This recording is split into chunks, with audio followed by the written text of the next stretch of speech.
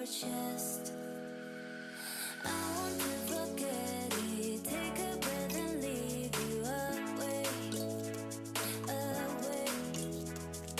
But it's not that easy, 'cause you make me miss you again, again. If you want, just come. If you want, just come. Don't leave me again, leave me again. If you want, just come. If you want, just come. Don't leave me again, leave me again.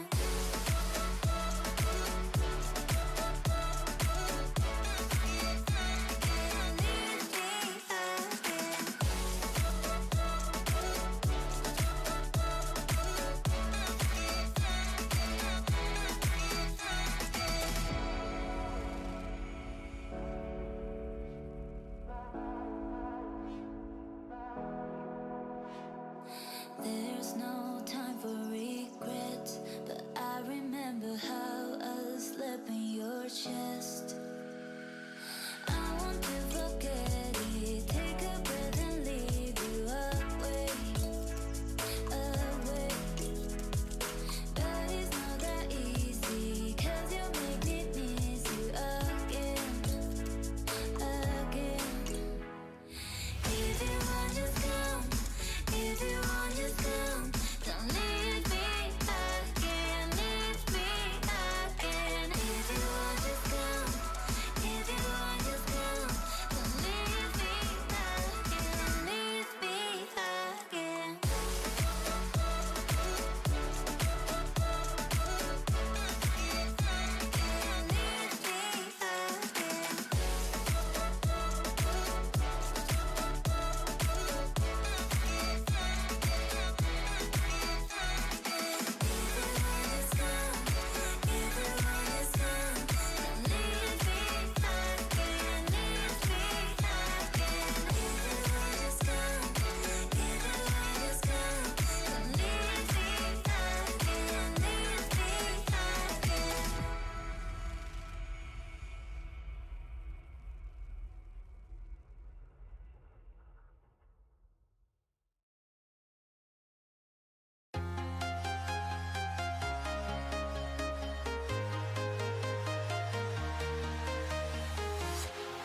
Walking alone, the streets are empty.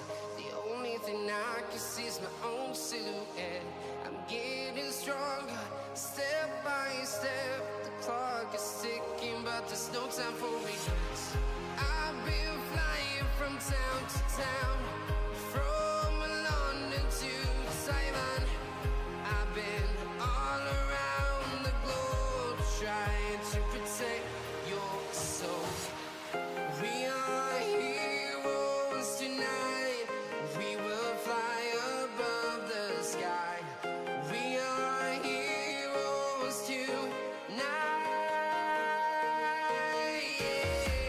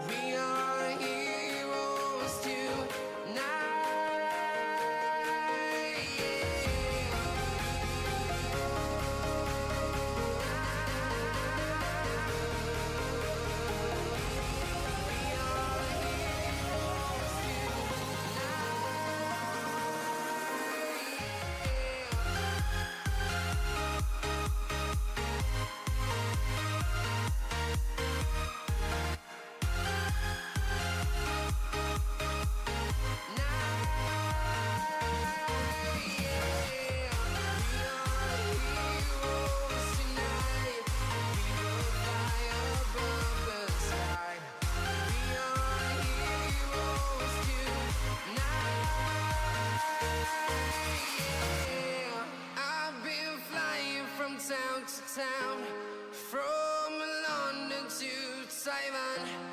I've been all around the globe trying to protect your soul.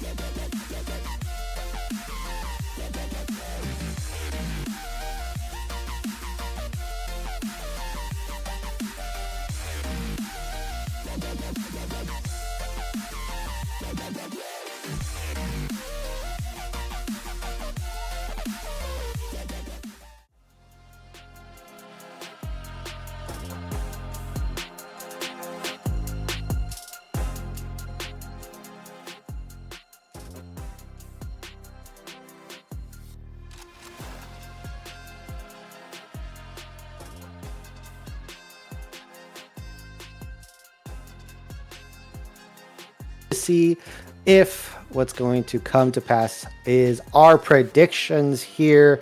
Zader, as resident GHG expert, as well as one of their unbiased proponents, what do you have to say on this game here today versus Nightblood Gaming? I'm very excited. We obviously talked about it at length yesterday. We did have that show where we spoke about all the teams going through, and we had very differing opinions going into this one about the strength of the squad, etc. But I really do believe in the GHG squad. I saw so much of them, their bounce back potential, the way they stay in the game and the morale stays. And also, we have to remember that Scaled came in and talked to us, and he spoke so highly of PCL. And that just fills me with more and more hope for this squad. So I'm very excited to see it. I think most people have them ranked as underdogs. I think there was 2 1s and 2 0s that we had seen previously from it. But I am really looking forward to seeing if Zhao Dani and Cross can bring them over the line and get them into the right areas at the right times. That's what I'm looking for. On the other side, you had a lot to say about Shockey as well, didn't you? Yeah, I think Shockey's a really good weak side top laner, just super solid up there. Multiple times getting ganked, getting dove, coming out on top, and I think that that is such a great asset on your team, especially because the game's kind of played around bot side right now, outside of a few picks. Like, obviously, there's the Rumble, Camille, and Aatrox is, you could flip either way with the Aatrox. You could weak side and strong side on that champion. But I think right now the meta is just being played in the bot lane. It's the most exciting lane. It has the most care potential. But I think that for both of these teams, that bot side, I think it's kind of evenly matched, actually. Yeah, I did say yesterday it depends on Clyde, how Clyde is feeling. If Clyde's playing well, getting aggressive, and trading perfectly every single time, there's a very good chance GHG can get something from it, as both of these ADCs are incredible at getting to where they need to be in terms of scaling. But Clyde can be the difference maker on either end. Clyde can mess up the lane or win you the lane. It is coin flip. And I do love Clyde. It's just over aggression sometimes is his Achilles heel down in that bot lane. And I just want to see Clyde stay composed. Yeah, I And also want to get point out right. that NBG's bot lane is not the most stable either. I saw them lose some 2v2s in the Swiss stage, and so that means that there's some avenues for either bot lane to really get in there and find a 2v2 victory outside of the jungle, which is what I'm going to be now transitioning into. And a point for your prediction here is that jungle matchup, and we got to talk about Cross, right? Yeah, Cross, it's the reason I started playing Rek'Sai again. Just absolutely cracked as they went through. He just took up the mantle and said, we need to win this game. All right, jump on my back, and just carried them all the way through. Absolutely cracked gameplay and really, really exciting. And the way he works with PCL and Zhao Dani, they seem like they've known each other their whole lives. They grew up in the same house. They were playing football together at 4 years old. They know exactly what they're doing at every single point, and Cross just facilitates them so well. And we did speak a little bit about the weakness when it came to the Karthus. I'm not too worried about it. I'm really looking forward to seeing that Rek'Sai and Volibear back again. Yeah, I did mention that one of the losses that did have was on the Karthus. Cross still got a good start in that game, just kind of difficult, the chaos and that, to carry that one out. But looked really good on the Rek'Sai. I'm imagining, that's either going to be played first round or that's going to be banned away in this full Fearless draft. That's definitely something you have to take away from Cross. Do not let them play that amazing champion in the early game. Let's kind of just move over to Doxa versus Zhao Dani here. We highlighted that Zhao Dani's got that carry potential, but the stability of Doxa, I think, could give their bot side some time to carry in this game. Yeah, it could definitely give them space, I think is the best way to put it. I think it can control those areas around the mid lane. And the way you spoke so highly of Doxa, Zhao Dani might be a little bit more enticed to roam heavy and give up waves. And if that doesn't go their way, we could see it fall apart very, very quickly for that mid lane and see an outscaled mid lane. And Xiaodani, obviously a carry threat with the style that he plays and some great control as well with Talia and Oriana. So will we see Xiaodani fall back to control and try stick to that lane and keep it even? Or will we see that Tristana come out in that first round and see them force? But we have to remember, it is Fearless. Yeah. As we peer over to the other side of Nightblood Gaming here, we're going to see that, yes, they do have the same champ pool in that Varus, in that Ashe. And you can see here just through the KDAs, Lunar really is the one pumping out that damage, getting the kills in these team fights. Doxa following behind as well. And it's just crazy to me that they're able to pull off this Yasuo Talia combo, something that I'm interested to see if they can draft. It's probably not going to be the easiest one to pull out here, I'll be honest, but it was such a beauty to see. And of course, Shocky, I really like the Aatrox on the top side, the Cassante. These are the champions I want to see out of Shocky in this game, especially versus PCL. Neutralize PCL. Doxa hold strong and scale on a champion like the Corki. If they do end up going aggressive with the Yasuo, I think that's a good option. I'm not sure how often they're going to pull that off, but I'm really looking at GHG to either shut down the bot side, get some kind of advantage with Cross down there, or just try to scale up and just overpower them with your basically fully scaled champions. Fully scaled sounds like a great thing to have, but I don't think we've spoke enough about Fnatic right now, because we spoke a lot about Cross. Fnatic on the other side, you can see the variance in the champ pools already coming out. Only Rek'Sai really sticking across to me as a match to pick, but Lee Sin, Nidalee, Talia, and Maokai. Maokai is a pick that I think if you can play it well and you look strong on it and you can stay that supportive build, it will seriously help Lunar get into that scaled kind of style that you were talking about. So I think there's a little bit more there for Fnatic that he's shown already. I think with Fearless coming through, now this is kind of where we have to see the depth of GHG more than anything else. That's where I would be slightly worried for them. But I think if they can get game one, there's a good chance they can do something. But that Yasuo Talia combo, that scares me. Yeah, the Yasuo Talia was rightfully deserved. Do you think Cross should be playing to that bot side, play to the top side? What do you think should be? Because I think you and me agree, this game is about Clyde in the bot lane, right? But it's also in the overall game, Cross versus Fnatic. So kind of give me your strategy rundown for Cross. What do you want to see out of this jungler? I think with the way that both teams have played around the bot side previously, they kind of stray away from it. They take some Drakes maybe and might be set it up that way, but the way that both teams seem to play is more top and mid kind of focused. So I think I would rather see them stick around that mid and top both sides and let that bot lane flourish the way it should in just that straight 2v2. Try ignore it, because I think both teams have fate in their bot side. Maybe just let Clyde be the difference maker there, while Cross, you focus heavily on PCL and focus heavily on Xiaodani. On the other side, Fnatic, maybe I'd say go for one or two if you have dive potential. If you have the opportunity to really put the pressure down and you know it's clean and clear, but if it's not clean and clear, it's too risky. Yeah, as we have here our Group B bracket, and honestly, for Dragoons Goons being in this, pretty much for me guarantees them as the #1 seed. I don't think anyone here is going to be able to step up to them, but that just shows how important it is to win this game, because in the end you're going to be going up for that last spot here, and this is not an easy situation to fight yourself out of. Yeah, and let's look at these predictions come true one more time. We'll look over these predictions. 2-1, 2-1, 2-0, all in favor of MBG. Now, I'd love nothing more than to see a straight 2-0 for GHG, but I know this is going to be a tough fight, but I'm keeping my GHG hat on. I'm sticking by them. But we'll have a quick look at the other games that are going on.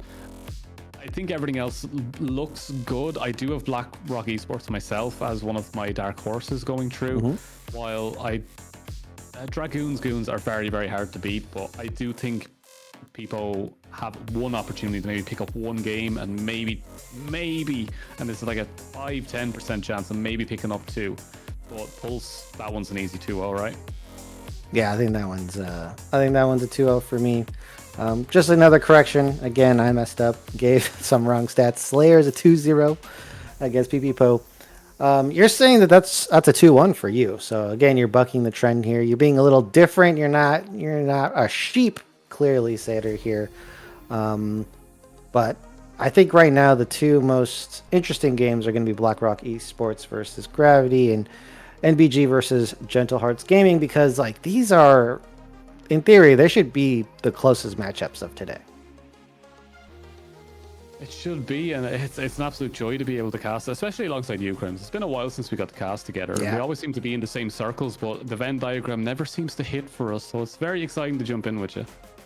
Yeah, me too. I honestly love what you're putting out here, and you're always down to talk, which a lot of other casters, sometimes they shy away. They don't want to have a conversation with me. Am I imposing figure, Sater? Am I scary? They just kind of want to just talk about the game and ignore me. It's just that Acknowledge microphone my is so existence. intense. Like it's so professional looking compared to everyone else's. That's all it is. Just the microphone. No, blind down to talk to anyone. It's just the Irish in me. I was just down to waffle. Is the best way to put it. And waffle would be yapping for Americans say yapping. We say waffle. When I imagine phrase. For some reason, when you say waffle, I kind of like imagine someone like convulsing on the floor for some reason. I don't know where I'm going with that one. It just doesn't line up to me in American English. American English. That's a very good way of putting it. I speak American. It's crazy. I love seeing American Twitter and just seeing them like America is the greatest country on earth, and I'm like, we'll talk about it. But at least you have some really good League of Legends players. We have some, not the most. Those belong to other countries. This is one of those things that I want to ask you specifically. Who is the GOAT of NA? Probably Double Lift. And I mean NA, like the NA League. Is it not Bjergsen? I think it's Double Lift. If I want to go back and check, I don't remember off the top of my head who's won more, but I'm pretty sure that Double Lift has more in a row than Bjergsen for sure, because Double Lift won a bunch and then played for TSM and then won some more. Was the carry player most of the time. Bjergsen does step up when Double Lift did not carry some of those games, but especially towards the end of the career, Double Lift was a better carry player than Bjergsen. Like, let's be real. Bjergsen, like, he ended up being more of like a support player. He's kind of doing what Faker does now. He basically was pre-Faker in NA before Faker started doing this, where he was playing more of the support style, always on a control mage. He wasn't his old self, where he came into the league super hot, just dumpstering on everyone. His Zoe kind of gave shades of that, but it wasn't like back in the day. So I think Double Lift is the GOAT. And also, Double Lift beat a world champion team, and Bjergsen never did that. Yes, it's just that like some people say that Bjergsen is their GOAT, and I have to be like, but he's from Europe. No, but he played in NA. He played in NA for most of his but career. he's European, so like it's so counterintuitive. Well, I mean, if we want to talk about draft, if we want to talk about best NA native talent, then we're in the right spot here, because we are in the NACL OQ here. We got some bands going through. Rek'Sai, guess what? Full Fearless. Rek'Sai's gone. We're never going to see Rek'Sai for the rest of the game. NBG have identified that. I think everyone would have identified that. Just before we really start, Sater, this is a number 15 seed versus number 4. This is a huge seeding differential, and yet I think me and you agree this should be a close game. Yeah, it's only picks that have been. It's only when something's been picked, it's out of the pool. Yes. So when it's so banned, it's not out. Oh, so okay. Wait, when people say full Fearless, I thought this is regular Fearless. So I got confused. Full Fearless to me is pick and ban, but okay. So this is Fearless. If it's picked, it is going to be removed here. I'm open up a notepad, so I'm going to have to remember these, because I love drafting, and I'm going to have to remember all these. Wow, that is a first pick Oh model. my god, producer. Very excited. Yeah. Okay, right, let's go down to this really quickly as we have. Okay, so Nautilus is a great pick away from the side of GHG already on the red side. Jinx is a Yeah. great first pickup, but what are you going to pair with it into the Nautilus? Because you kind of want to go either Milio to eliminate that heavy CC, but you're going to go for a Thresh here instead. So maybe saving the Milio for a future Lucian pick. On the other side, your bot laner would have to be maybe another hyper carry. Maybe that's Zeri we were talking about before. Zeri is probably my preferred. I prefer the dash shamans or something like Ezreal, dodge the hook here. But look, Varus is just gonna never be bad in the bot lane. Interesting here that we're starting with the support picks as we get a Corki. There is no Talia to match this one. So what is going to be their answer to Corki? I think this is something that people really haven't solved in the meta. These are one of the questions. And it looks like GHG are going to go with Ahri. Xiao Danny's played a bunch of Ahri before, of course, veteran in the scene. Is this the matchup that we think that can take down Corki? I think in isolation, Xiao Danny has a good opportunity to put the pressure onto Doxa in the Corki matchup. I think depending on junglers and what comes through there, we could see things change. But as we do look at the bans, I always feel a little bit worried when we see a team ban a Karthus when you already have a Jinx. It's one of those picks that works so well with Jinx. I'm surprised they take it away because Karthus ult plus Jinx ult, free reset and run. That's I don't think you works could play so the well. Karthus into Varus Corki. I think that is suicide. I don't think it works. Two poke champions. You don't go near them. Don't worry about it. Well, if you can't go near them, you can't do any objective here. As we have the Camille being taken away. There's your jungler pick. It's going to be the Xin plus Ahri aggressive 2v2 duo. It looks like GHG are saying we're going to challenge you in that mid lane. Yeah, they're definitely looking to get something going. As we do have the Aatrox now coming through as well for the top side, which is a good pick for PCL. Does enjoy playing that one. So with the Rumble gone, I'd be very surprised to see because Camille's also been taken here. With the Camille ban, I expected more, but that is a jungle Zyra coming through. That is an LCK LPL special. Very excited to see how quickly Drakes and Baron dies when you have a Zyra on the map. But your last pick will be a classic. It'll be the Crocodile, and that will be our draft for game 1. I thought we were going to get a Casanti here, as it ends up being that Renekton from PCL. So it's looking like GHG going to be scaling on the bot side, going to do their early attention, due diligence in that top side with this Jinx and Renekton. And then for the opposite side on Nightblood Gaming, kind of an all-rounder comp. You could play to any lane if you want, but I'm looking at that Varus lane as a standout. Yeah, looking at that Varus lane, I'm looking at Xiao Danny with the skin tech. Is that Risen or? Don't ask me about skins, because I do not care about skins one bit. Every time I talk about how I don't care, people just brush me off. I just don't care about getting skins. I don't know what to say. I'm here for the game. I was playing Faker. First of all, okay, all right. I didn't know about that until way later. That wasn't a well-known fact. You know why he doesn't use skins?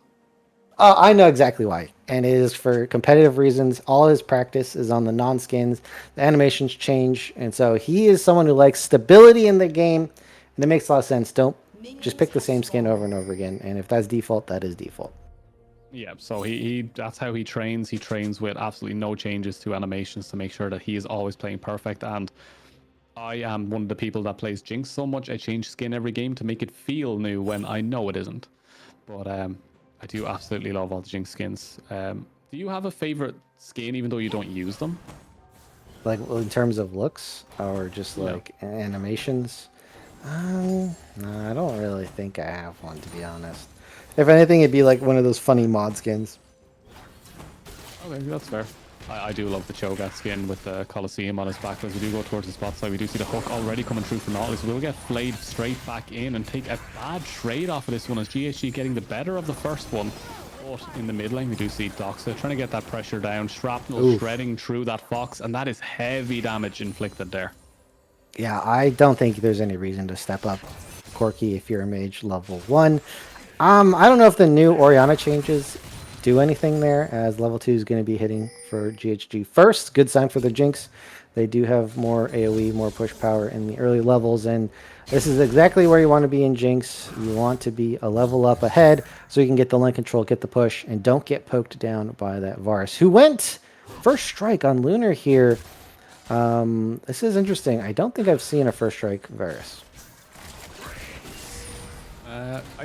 It's a flavor thing. It's if you feel like you need a lot more gold generation, you can go for that to get little advantages, but that's a decent hook to come out from the start, and a lot of damage from that empowered fillet auto attack from Clyde. So great trading in the bot side, and a good little lead being picked up as Xiaodani tries to go aggressive but misses the charm, which means he's going to take a chunk of damage in return as he tries to trade it back, pox the electrocute, but it is not enough as Doxa half HP, Xiaodani maybe 30% max. Yeah, the Corki is so brutal early now due to the changes. And bot side, Clyde playing aggressively, landing some nice hooks, and they are applying pressure. They're kind of getting stalled out on this bot side here as Fnatic has full cleared Cross, about to finish up Xin. Just honestly a terrible full clear champion here. Fnatic probably potentially looking for some extra harass, giving away their position. But with the new update on Zyra, the flash snare is a lot more potent for getting those kills early. It is a lot more potent, and it does have a lot of strength behind it, but that's not really the Zyra style. But right now we do see PCL's getting very aggressive onto Shocky, and Shocky's going to go over that wall. Stun was procced but did not land, as we do see the very angry Crocodile having to walk away as Fnatic trying to step up. Will get that Arcane Comet proc, but Shocky will have the assistance of his Zyra to try and shove this one in, but Cross on the other side, his bot side, is going to get spotted out on a ward, and they will immediately leave. Oh, there's a flash, there's a flay, there's a hook, and it lands on the slow. Everything is landing perfectly in Luna. Oh, wait, under the turret. That could be a trade. Cross walks straight into tower and doesn't even try to flash out. Yeah, I don't think you could. The double snare, that was a pretty good lockdown by the Nautilus, and unfortunately, Luna doesn't get the kill, but Cross coming down bot side, spending a very important early gank from the Xin, doesn't get it. However, they're going to be able to bounce back this wave, get it in, but yeah, not what we're looking for GHG. They really want to be able to scale up this Jinx and smash team fights later in this game. Yeah, so I do like that they are adapting to go towards that bot side, with the Jinx being the most hyper scaling champion, I believe, in the game. I would be looking forward to seeing how that one goes on, as Cross is getting aggressive into this jungle. There's pings going down from both sides that they want to maybe contest this one. We do see Clyde also in the area though, so Clyde will be ready and waiting with that lantern to pull Cross out. They will leave one Raptor up, and it will survive, so that will definitely set back that camp timing as well. We do see there is a very slow push being built now for Lunar, so that wave is going to be massive. They need to cover that one off, but if the wave gets too big, I think Cross can come back down again. Yeah, looks like they are looking for something here. Fnatic sniffing out a gank. I think the ward did spot them, so it looks like Cross is just going to result to farming now. The wave's coming in. Their bot lane will receive that CS, so nothing needs to be done there.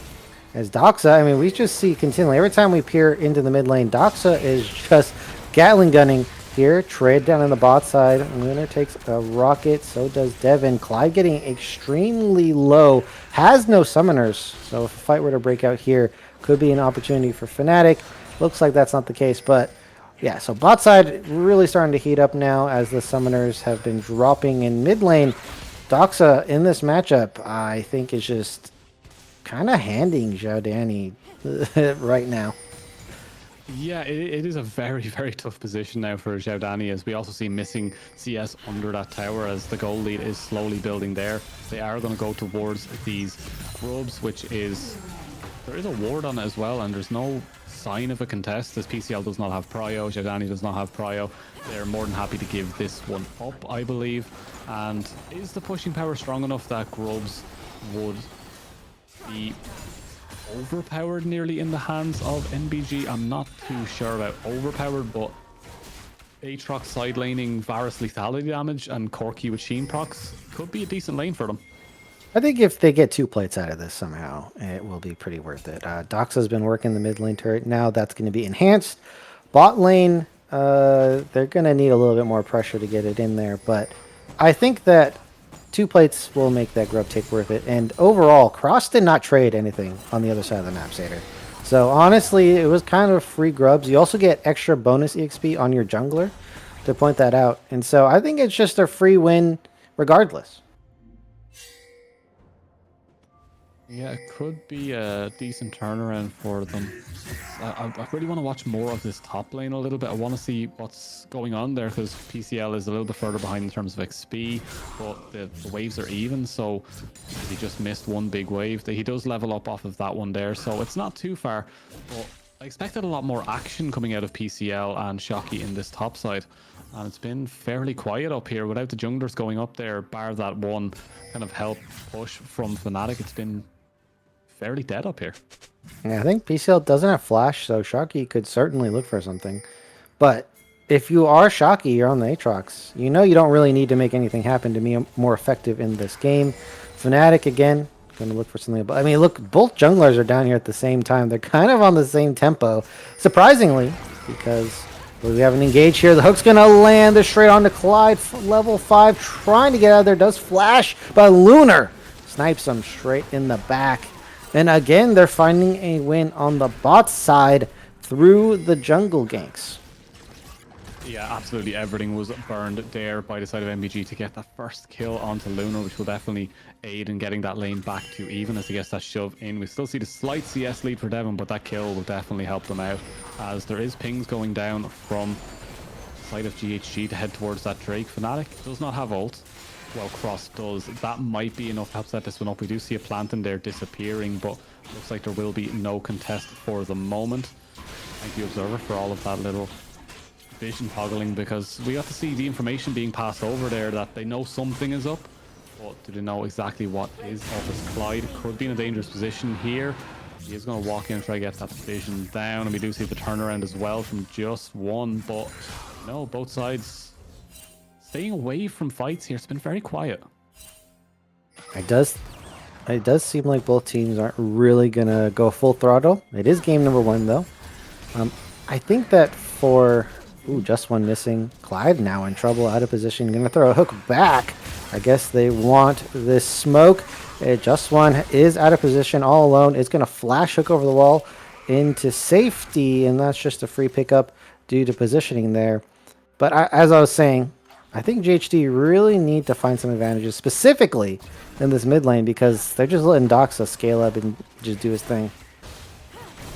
Yeah, Scale Corki is a scary Corki indeed, as we do see also on the top side that Fnatic is in the enemy jungle, picking up a couple of camps, just chowing down on resources as Cross is none the wiser on that front. We do see that the grubs will be spawning in less than a minute as well, so we'll have to keep an eye on whether Cross will attempt to change something about that, as we do see an idea here from Cross. More takeaway. More jungling, counter jungling here. Just one camp's not the best. However, I think it's kind of surprising Fnatic is only 2 camps ahead. Actually, it even just has more CS, maybe due to lane or something like that. But I would have imagined that a Zyra jungle would be, 3, 4 camps ahead on a Xin. Yeah, and with the assist as well, we have to remember also that they did go top side to aid in the push for Shocky. So they probably picked up a couple of CS on that side, and then Grubs as well. With that objective, they'll want to force more of that. And there is a Jinx rocket going, but it's not in range, so it does not pick up that one Grub. That would have been a nice little takeaway for the Jinx, but Doxa now roaming up will aid Fnatic with the last one. That Smite is available. Are they going to try and contest this even for a fight? As Clyde does step up, it is taken. It is the dash already used from Cross. Oh, it hits! There's the hook, there's the fly, it's everything, and it's perfect. They did layer on the CC there, and they're going to pick up the kill on the Fnatic. But 6 grubs to nothing. As we said, it's not the most dangerous grub team of all time here. Is Shocky even watching? Or just saying, yeah, you have to actually attack me to get me off this back here. PCL finding a nice lane here. This is going to be uncontestable. So that should be at least a plate. I'm thinking probably 2, unless PCL TP's up to the top side. Nice lane swap. Devon's also going to be picking up a plate here. Clyde going in for another hook. Does get it. those Sure. crosses going to pop that ult as well to make sure nothing can go through. There will be a Zyra ult on the other side of us, so one will go down, but it is a trade. And there is multiple TPs coming down as they're trying to get onto Doxa, who TP. Oh, PCL's going in.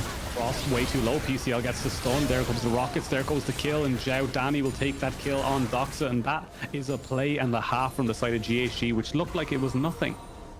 That, I mean, it looked like, oh, it was just going to be a very slow, calm turret take into is a burst of action. Nice dive. Clyde hits a hook. Looking pretty good today on those hooks. And they are going to be able to pick up some more kills. The gold is not in their favor just yet, but they're starting to, you know, act out here. They are alive. They are ticking. And it looks like they are here to make some plays. Yeah, Devin getting very aggressive with those rockets there, but he has to be careful because Fnatic and Just One are walking up this river. They will step off and they will play this one safe as they do cover all of the possible exits, entrances. Every doorway corridor is now warded in that top side. It is mental looking at how many wards and vision control they have up there, as we will see Jinx safely farm the Center Tower. They don't want to risk a dive even with that Nautilus available. If they do go for that dive, they're kind of giving up their tempo for the dragon. So it makes sense. They'd rather take the early tempo. You said they have so many wards up there on the top side, and it is true. PCL going in for a little bit of a 1v1 trade. But look, there is absolutely no vision on this bottom side, Seder. GHG actually have more vision down here around this dragon, which is coming up in 30 seconds. Yeah, there's a very high chance that MBG just want to take the Rift Herald here, but with the way they're positioning and obviously the vision control that they've been focusing on, they just want to get this Rift Herald. They want to make sure that they have the pushing power to aid them, and with that 6 Grub plus Rift Herald, at least 2 towers will fall if they play it correctly. Well, PCL is going to be the one to try and contest this top side. You see Fnatic actually walking away from the Rift Herald. Okay, they're going to jump the gun. Go straight for that turret here. They want to get the first turret, and it looks like they're going to be stopped by PCL and Clyde. But there is no wave clear, and eventually this turret will fall to Lunar here. First turret does go over to them. Dragon's taken, and there is no contest on Rift just yet. Clyde getting rooted up. No one is around, so this is certainly a kill. Forced to flash over the wall. Now, GHG have 2 options, right? They could go try to get this bot side turret. They could try to contest Rift Herald, which is heavily not in their favor with vision. And it looks like the answer is go bot side, get Shocky off from this turret, get another turret kill, and just prevent CS. Yeah, Shocky is going to heavily respect the attempt of the tower take here. Going to step back off of that one, as you do see Devin will clean that one up nice and quick with that hyper passive coming through quite nicely, as they will clean up that mid lane as well. Zhao Danny looking for a reset. 4 stacks on the Dark Seal is not a bad start at all for that Ahri. Okay. The hook onto Doxa, but they need to be safe and tempered with their aggression.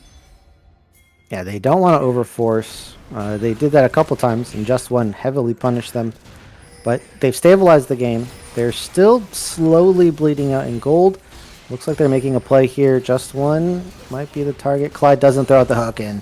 Yeah, that was just an attempted play there. They are trying to play disciplined. But for this current game state, Seder, you know, they have the Corki on the side of Nightblood Gaming. You have the Jinx on the side of GHG. Who are you giving this current state as an advantage? I honestly think the game is in a very even state. I think the one thing that's leading me down the kind of route of MBG having a slight advantage is that Zyra will have a very easy time if there's a 5v5 in the setup. I don't think there's enough backline access for GHG with the difficulty Zhao Danny's had in lane so far, with how well Dox has controlled that Ahri. It's only got that one item. It's pretty much even. And I think with the poke coming from Lunar, it's going to be very hard for Zhao Danny to access that backside. So for right now, I think they need a little bit more time to get that Ahri to a decent I'm going to pressure your Varus kind of stage. While on the other side, Jinx, only with that Kraken Slayer, we kind of need to see that attack speed come into it, or maybe the IE coming in before we really see that hyper really inflate their strength. So there's still a little bit of time for GHG. I think MVG have a slight advantage in the terms of the game state right now, but that could all turn in an instant with the fact that Cross is actually going aggressive with that Eclipse. Yeah, the Eclipse build coming out. is a very aggressive one. Doesn't give you much sustain, all about that burst, and I think GHG are very well aware that there are no tanks on the side of Nightblood Gaming. They do have 3 backliners that they would like to take out in an instant. Zhao Danny on the flank here is spotted out. They have the wards to do so. Rift Herald going to be used as a nice bus away out of the situation. We see this many times now. As, again, the game, nothing explosive happening, but Nightblood Gaming are picking up small and considerable leads. Small and considerable, but let's go top to bottom and have a quick look here, because top is in a very, very even state. And both have 1 completed item, 2 other components on top of it. They're both getting to where they need to be. In the jungle, it's dead even. And they both have fully upgraded jungle items, an item apiece. In the mid lane, there is a slight advantage for Zhao Danny in the fact that they have that Aether Wisp alongside a Dark Seal. They have a little bit more to work with the Dark Seal stacks coming through. If a big fight breaks out and loads of kills happen and Zhao Danny stays alive, we'll see them scale through the fight. On the bot side, Varus has 2 completed items, so we have to keep an eye on that as the root comes through. Fnatic could be in trouble. And looks like Cross is just going to flash right in there with the ultimate. They get the execute. Now they're on to Shocky. Just One is teleporting. Sorry, the teleport is canceled. Just One now can't get away. Jinx is excited, trying to blow through the rest of the fight. Devin doesn't get it. And again, another fight win for GHG. And I thought that the Zyra of Fnatic would be such a wall for the side of GHG to get through that it would be impossible for them to get these engages, but they're pulling it off. Yeah, and that was an absolutely insane fight in the way that they had all set it up just for Jinx. Oh, okay, Clyde knew. He's getting spicy. He's getting spicy there a little bit. We have to go watch out for those. But also in the bot side, we didn't actually get to see the fight, but Zhao Danny, Doxa both used Flash. Obviously, the ult was also expended by Ari as well. So there was a lot of heavy fighting there. So there's a TP coming in PCL. You got to be careful here, buddy.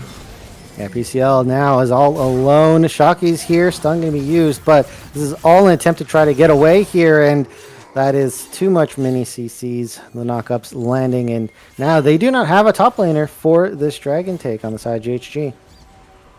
Yeah, small mistake there, risking that just before the Drake does spawn, as this would be a...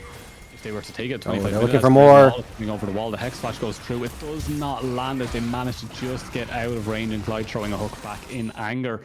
But now Danny is up on this top side alongside Cross. They're happy to give up this Drake knowing that PCL is down, so it will be another tower being taken on this side. Let's see what Cross wants to do as well. Doxa not showing just yet, so they have no idea where this Corki is. They might have an inkling, but nothing confirmed. And yeah, I think that's smart. PSL was dead. Does have TP, but you'd be at a slight disadvantage to be doing that. Now, this is a gutsy move here, Satyr. This is a very gutsy move, but I kind of like it regardless, because it will drag everyone here, because they'll have to respond to it, which means they can't take the Drake. It's just going to delay. Solo. It will be finished off by Shocky, but will be a Jinx rocket? Oh, that? Nah, they're not going to throw it out. Could have been interesting. They didn't have their jungler on it, and so a situation like that could be begging for a steal.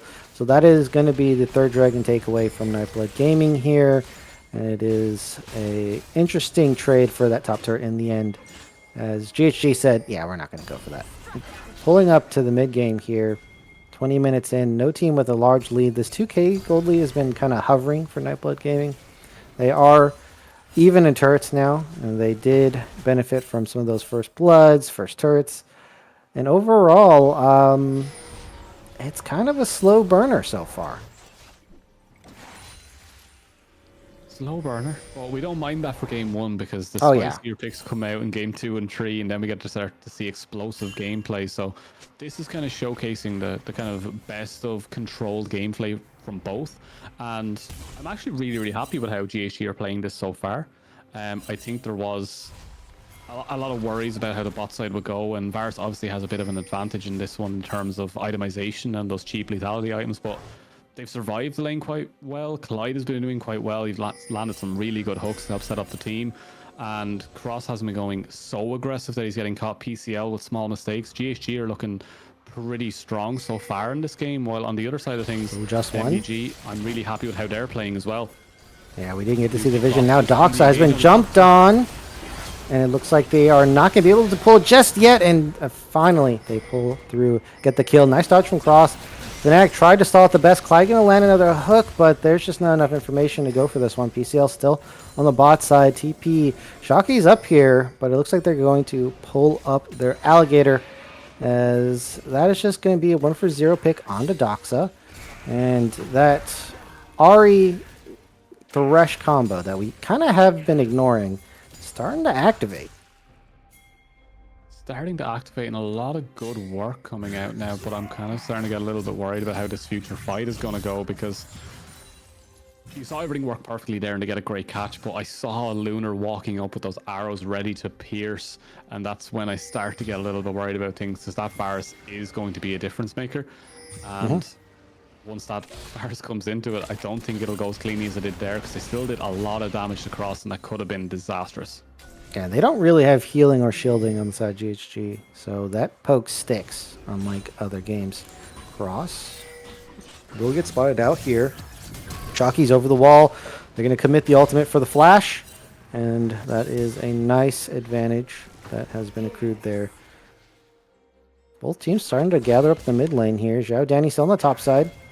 Meanwhile, Doxa farming a bot. PCL has been spotted. And I would be surprised if a team fight were to just appear out of nowhere in the mid lane. Big hook coming through there from just one, but does not get caught on those chompers on the way back. And nice little bit of poke to return it, but that was getting very scary for a second. If anything there had landed, it could have been disastrous. But look, they're still in this one, Crims, and it's building up all of that tension in game one to just be an explosive team fight that will just blow this whole map up. Yeah, although, Clyde, I'm not a fan of your positioning there. No reason to be there. Almost ended up being a full catch, but does flash out. But this team fight, yeah, I think it's going to be absolutely crazy, because the game slowed down a bit, and now that means the summoners are going to start coming back. And we can see here Zhao Danny, flash TP. Devin, flash barrier. Lunar, flash barrier. Doxa, flash TP. So a lot of flashes here on very important champions in the team fight. And so I agree. This next team fight, if it does happen, is going to be crazy here. Yeah, Clyde has to walk over now. Very, very dangerous position to try and Clyde down. As there it is, the first one. The rocket was also used for vision, but Clyde is in a lot of trouble here. Is heavily rooted as just one has to flash out. There is one kill for Lunar already. Cross comes in, the ult's down. Shocky keeps going. Cross is out. Artist integrates right in front of us. But Shocky's dead. Finally gets a reset. Will they be able to get something? Flash in. The other's going in. He is getting aggressive on this one. It's just one triple kill already for the Varus. Devin. Lunar, what can you do, Devin? Oh, nice flash! Here goes the Jinx. It's all NA, baby, as Devin does get 2 in return, but the win in favor of MBG. They do get more kills. Map pressure goes over to GHG, and I have to say that was played on a knife's edge. A couple more abilities hit from Zhao Danny and Devin, and I think Devin just steamrolls that fight through the stacks of gets excited there. Doxa is going to TP back for the pressure and tempo in mid lane. And it now looks like NBG are pinging the Baron. They are trying to bait GHG into overcommitting to the Dragon. They have good control. They have the wards down. They want to face check, but I'm not sure if they have the full positioning and tempo to go for this. No, it is a very dangerous one, as Clyde does get tagged by that arrow. Does throw down a pink though, which will immediately send the squad of NBG away from that one, as Cross was also walking up to help cover that one off, but they will walk towards the Drake now, and this is going to be the second big fight in a go. All right, the Dragon is going to be uncontested. GHG, they have the opportunity to give these up. They're not in danger just yet. They're going to use that to get vision around Baron as a trade, but man, Cross went for this more aggressive build and just absolutely melted in the front line. I'm talking like butter. Could not stand up to the heat. And that makes me a bit worried for the side of GHD. They do have to play very explosively, get these sudden kills, and if they don't, you see what happens is they don't have enough front line to sustain a fight. Yeah, they might not have enough in them, as Cross looking for a couple of win becomes lightning there on the side, as PCL does not have TP. Dox is also on bot side. This could be a Baron call right here, right now. Yeah, they're doing it right here. Shocky doesn't have TP. Has to walk all the way over there. Either has to do that or give up this Baron in a 4v5. Turret is down.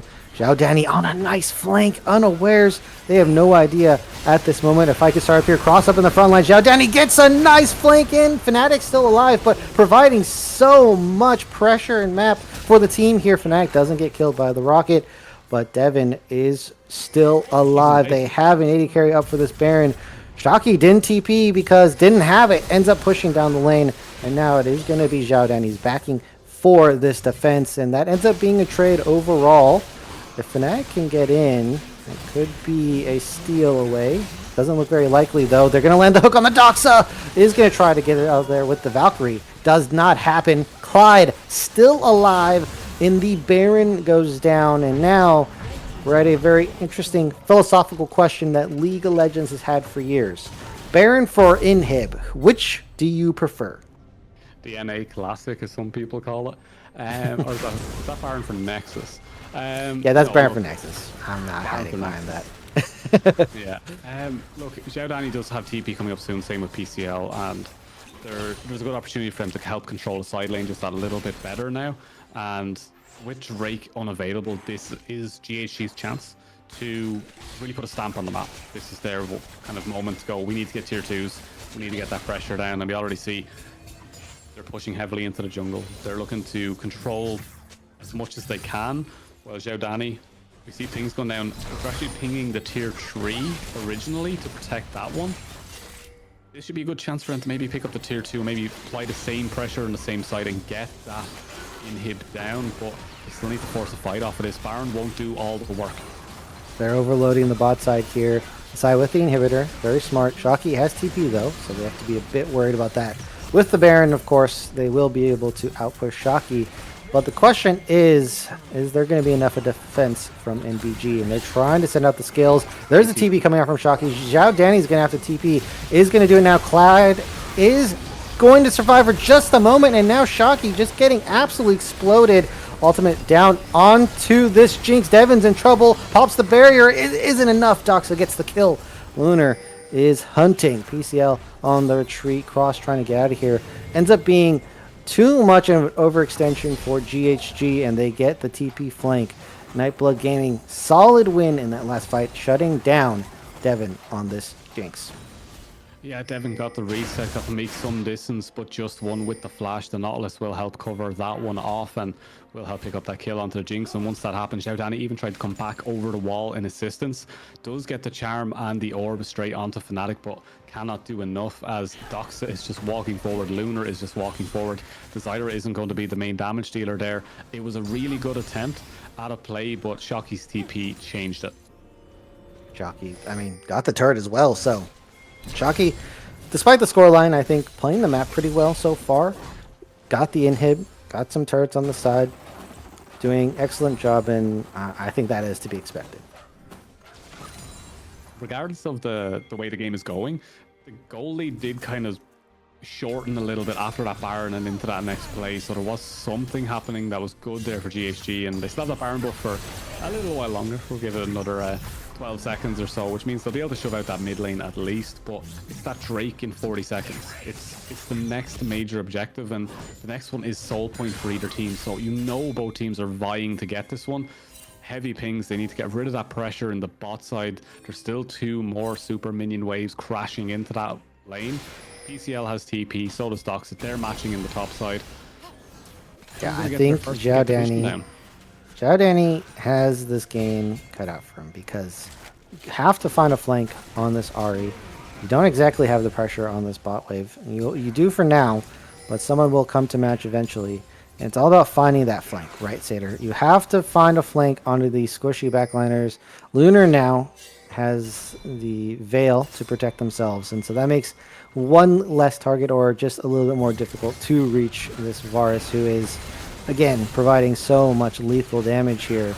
And it looks like Zhao Danny is going to play up the front with the team as Just One goes for a hook. Isn't going to land, but now they're straight on to Clyde. Completely exposed, and that's a free kill. PCL TPing in, but it's too late. The fight's won. Yeah, TP a little bit too late, Clyde a little bit too far forward, and this is something I've spoken about before that there is that little bit of a demon in Clyde where he just wants to force that little bit harder. And Shocky right now proxying the wave, while on the other side PCL proxying the exact same crashing waves. So they do get the Drake, they do get that, and they do clear out that mid wave to stop some of the next wave of pressure as Cross might be in trouble here if he gets caught by that. Will he get out in time? No, Cross has been caught. It is a disaster. Yeah, nothing to be said there. I mean, Cross is just gone. Fortunately, no Baron up for the side of GHG, but that is another free kill. Potential pressure. Time to make a power play for about 40 seconds here. As Shocky just hammering away these waves off the top side again. Yeah, 6-0 and 4 now on the Varus and 5-1 and 5 on the Jinx.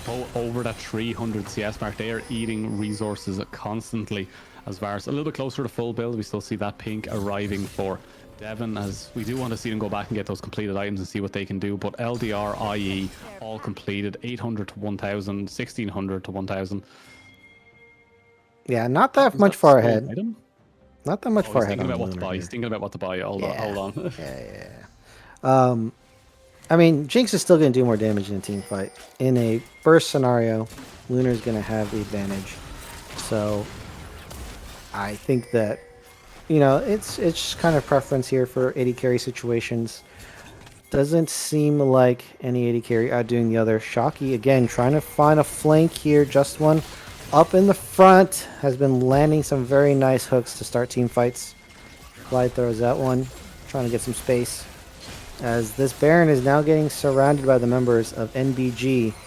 Xiao Danny has been spotted. Oh, Devon takes a huge chunk. Just one lands a hook in. But now with Cross on the ultimate providing so much zone, Xiao Danny on the side. They get a charm right on the Lunar. Is very low, but not dead just yet. Fnatic trying to provide some zone.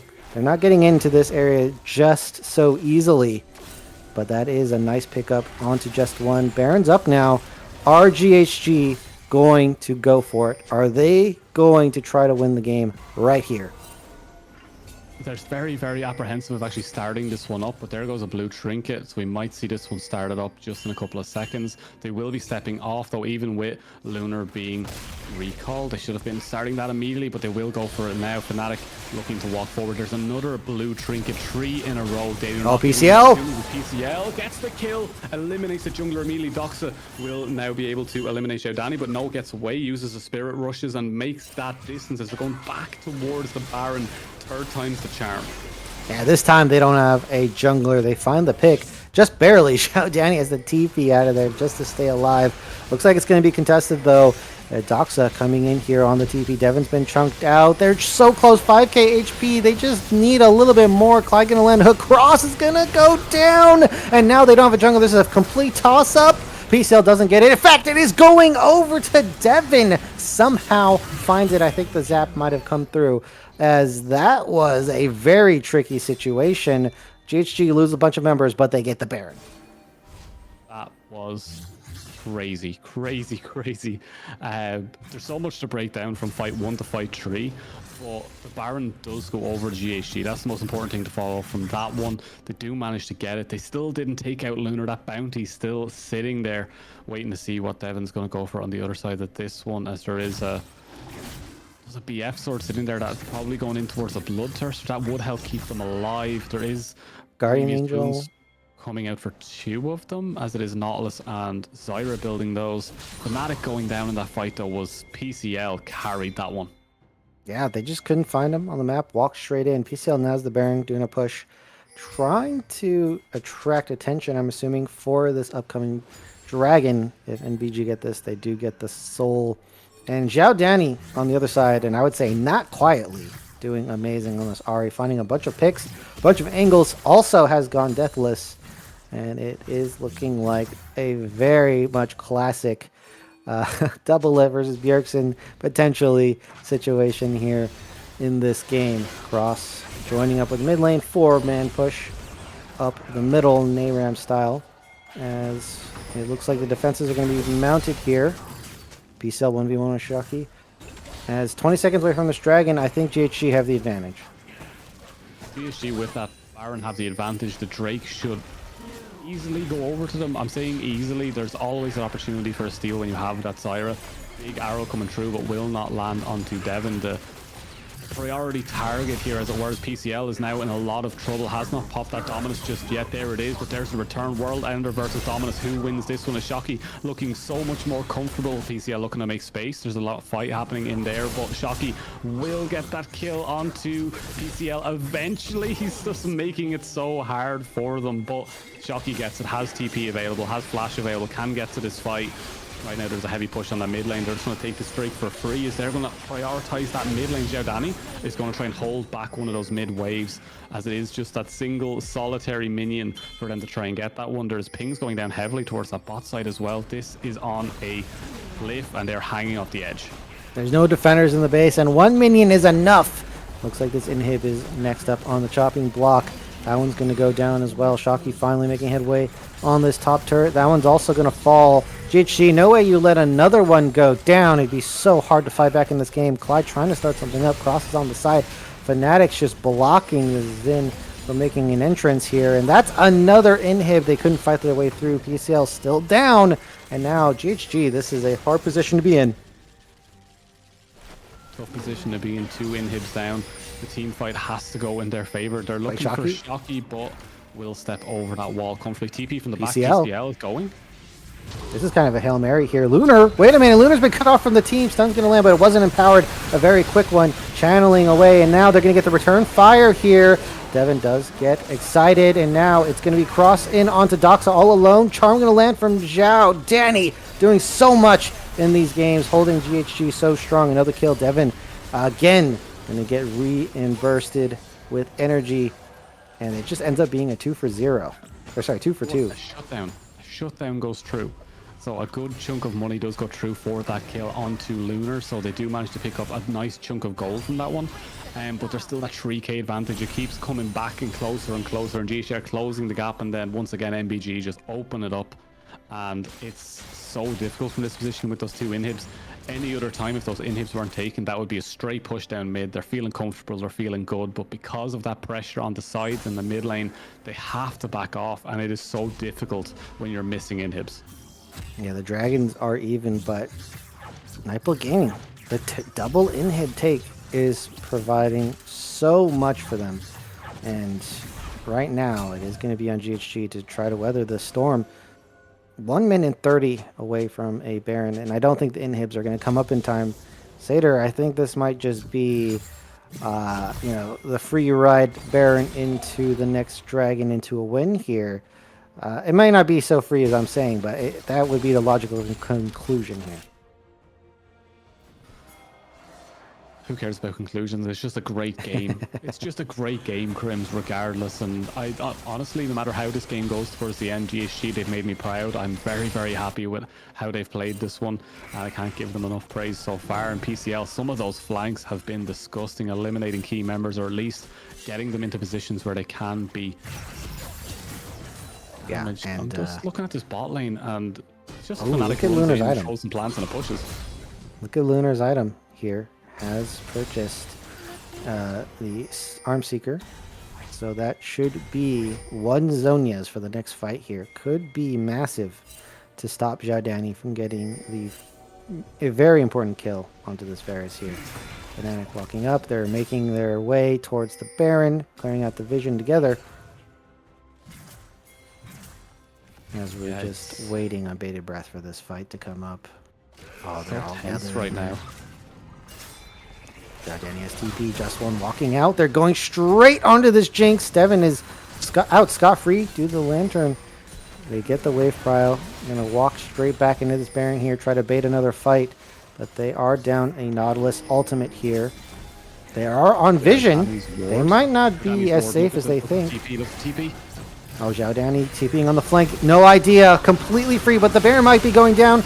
Charm is not going to land just yet, and absolutely blown up by Lunar here. PCL trying to do the work. Cross fending off Shocky for now. PCL gets the kill. Devin is excited. There's only 3 left here. Fnatic now going to go golden themselves. Devin has to fight their way through. One more rocket will do it. Fnatic gets it as Devin picks up the kill. Doxa going in for the flash. PCL's not there to zone. And Clyde has to back off double. TP. Clyde stops one of them. Shocky doesn't get stopped. Doxa gets a triple kill. PCL has to make his defense solo. Does have 2 turrets on their side. And now Shocky absolutely chunking this turret. PCL did not win that last 1v1. Is now getting beat up under turret. That's another turret down. Now Doxa's here, and I don't think this is going to happen here. Crusader. No, game 1 will heavily go in favor of NBG. There was so many great moments from both teams there, but it just comes down to at the end that Doxa was way too strong in that final fight. We saw Devin get chunked by a crit coming from that Corki, and it was a strong game from both sides, and it's Xiao Danny still absolutely shining on that Ahri. Devin very unlucky in that last fight to get rooted twice by Fnatic. Yeah, we have to look a little bit more into those. Turnaround will never work, Mr. Producer, for stats. It's saving Yeah. stats, so don't worry about that one too much. But yeah, we have a lot to break down about that game 1, but that was an incredible start for GSG, and I'm so happy for them. They have absolutely blown all of my predictions out of the water. That's the GSG I want you to see, Crims, because there's so many opportunities they could have ended that. Just small leads by MBG just kind of catapulted them into the finish there.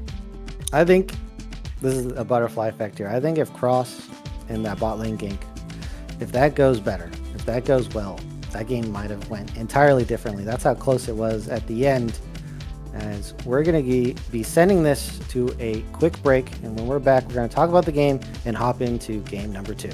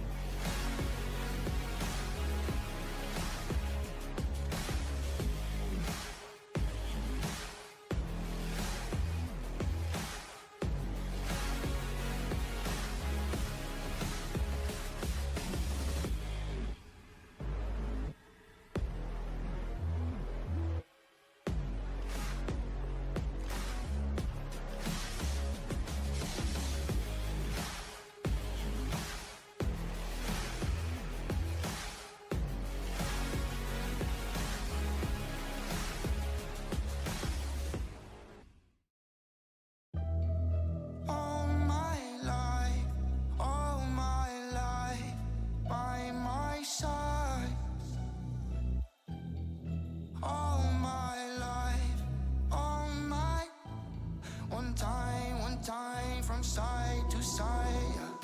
Without you by my side, my side, my side.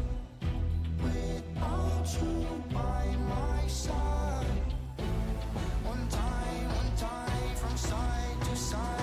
Peekaboo, I see you, peekaboo, I see you. Looking at me, looking at you.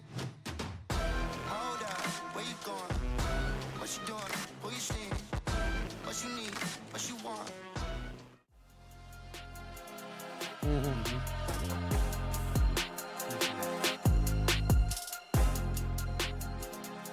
All right, everyone. We are back from game number 1, and it was a close one.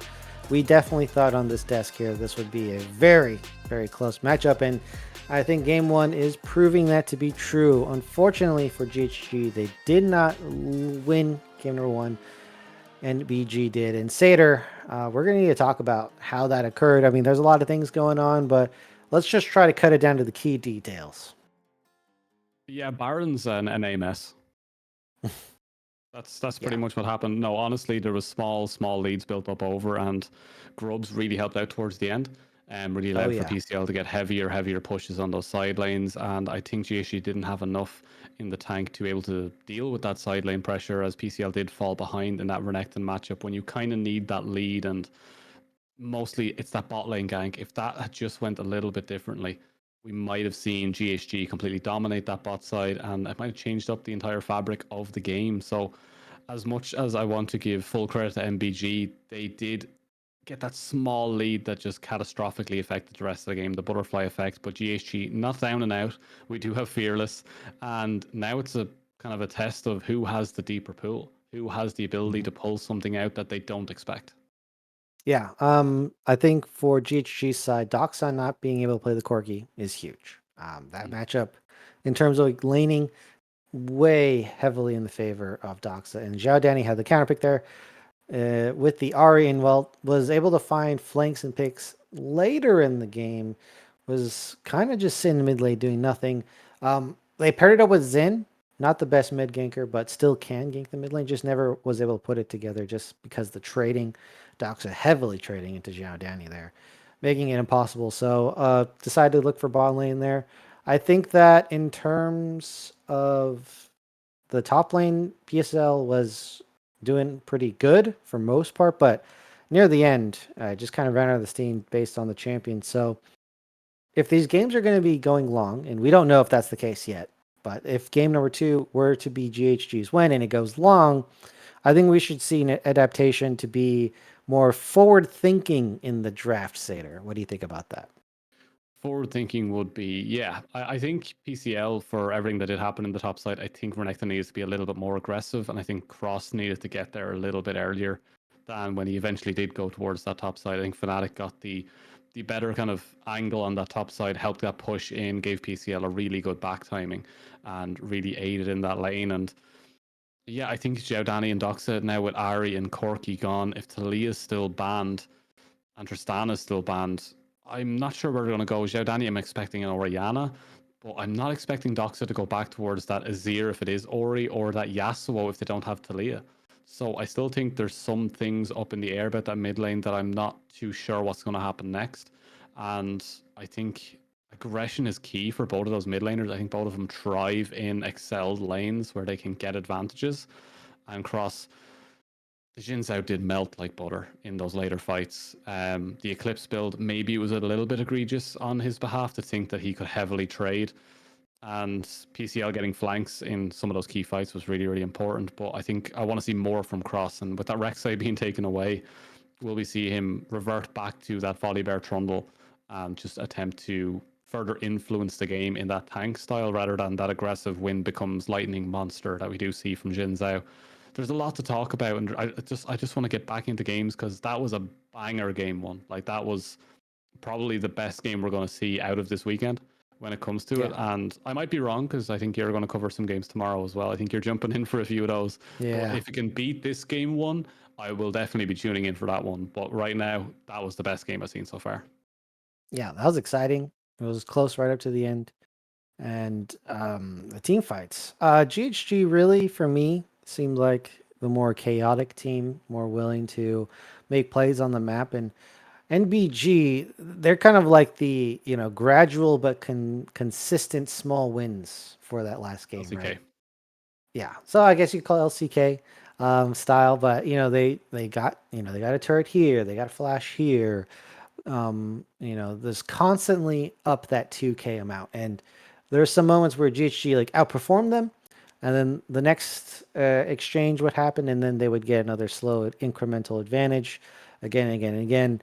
And so I think that in terms of like stylistic matchup, it's very interesting because either of the teams could win it, but NBG just seems like such a, a domineering force when they do have that lead.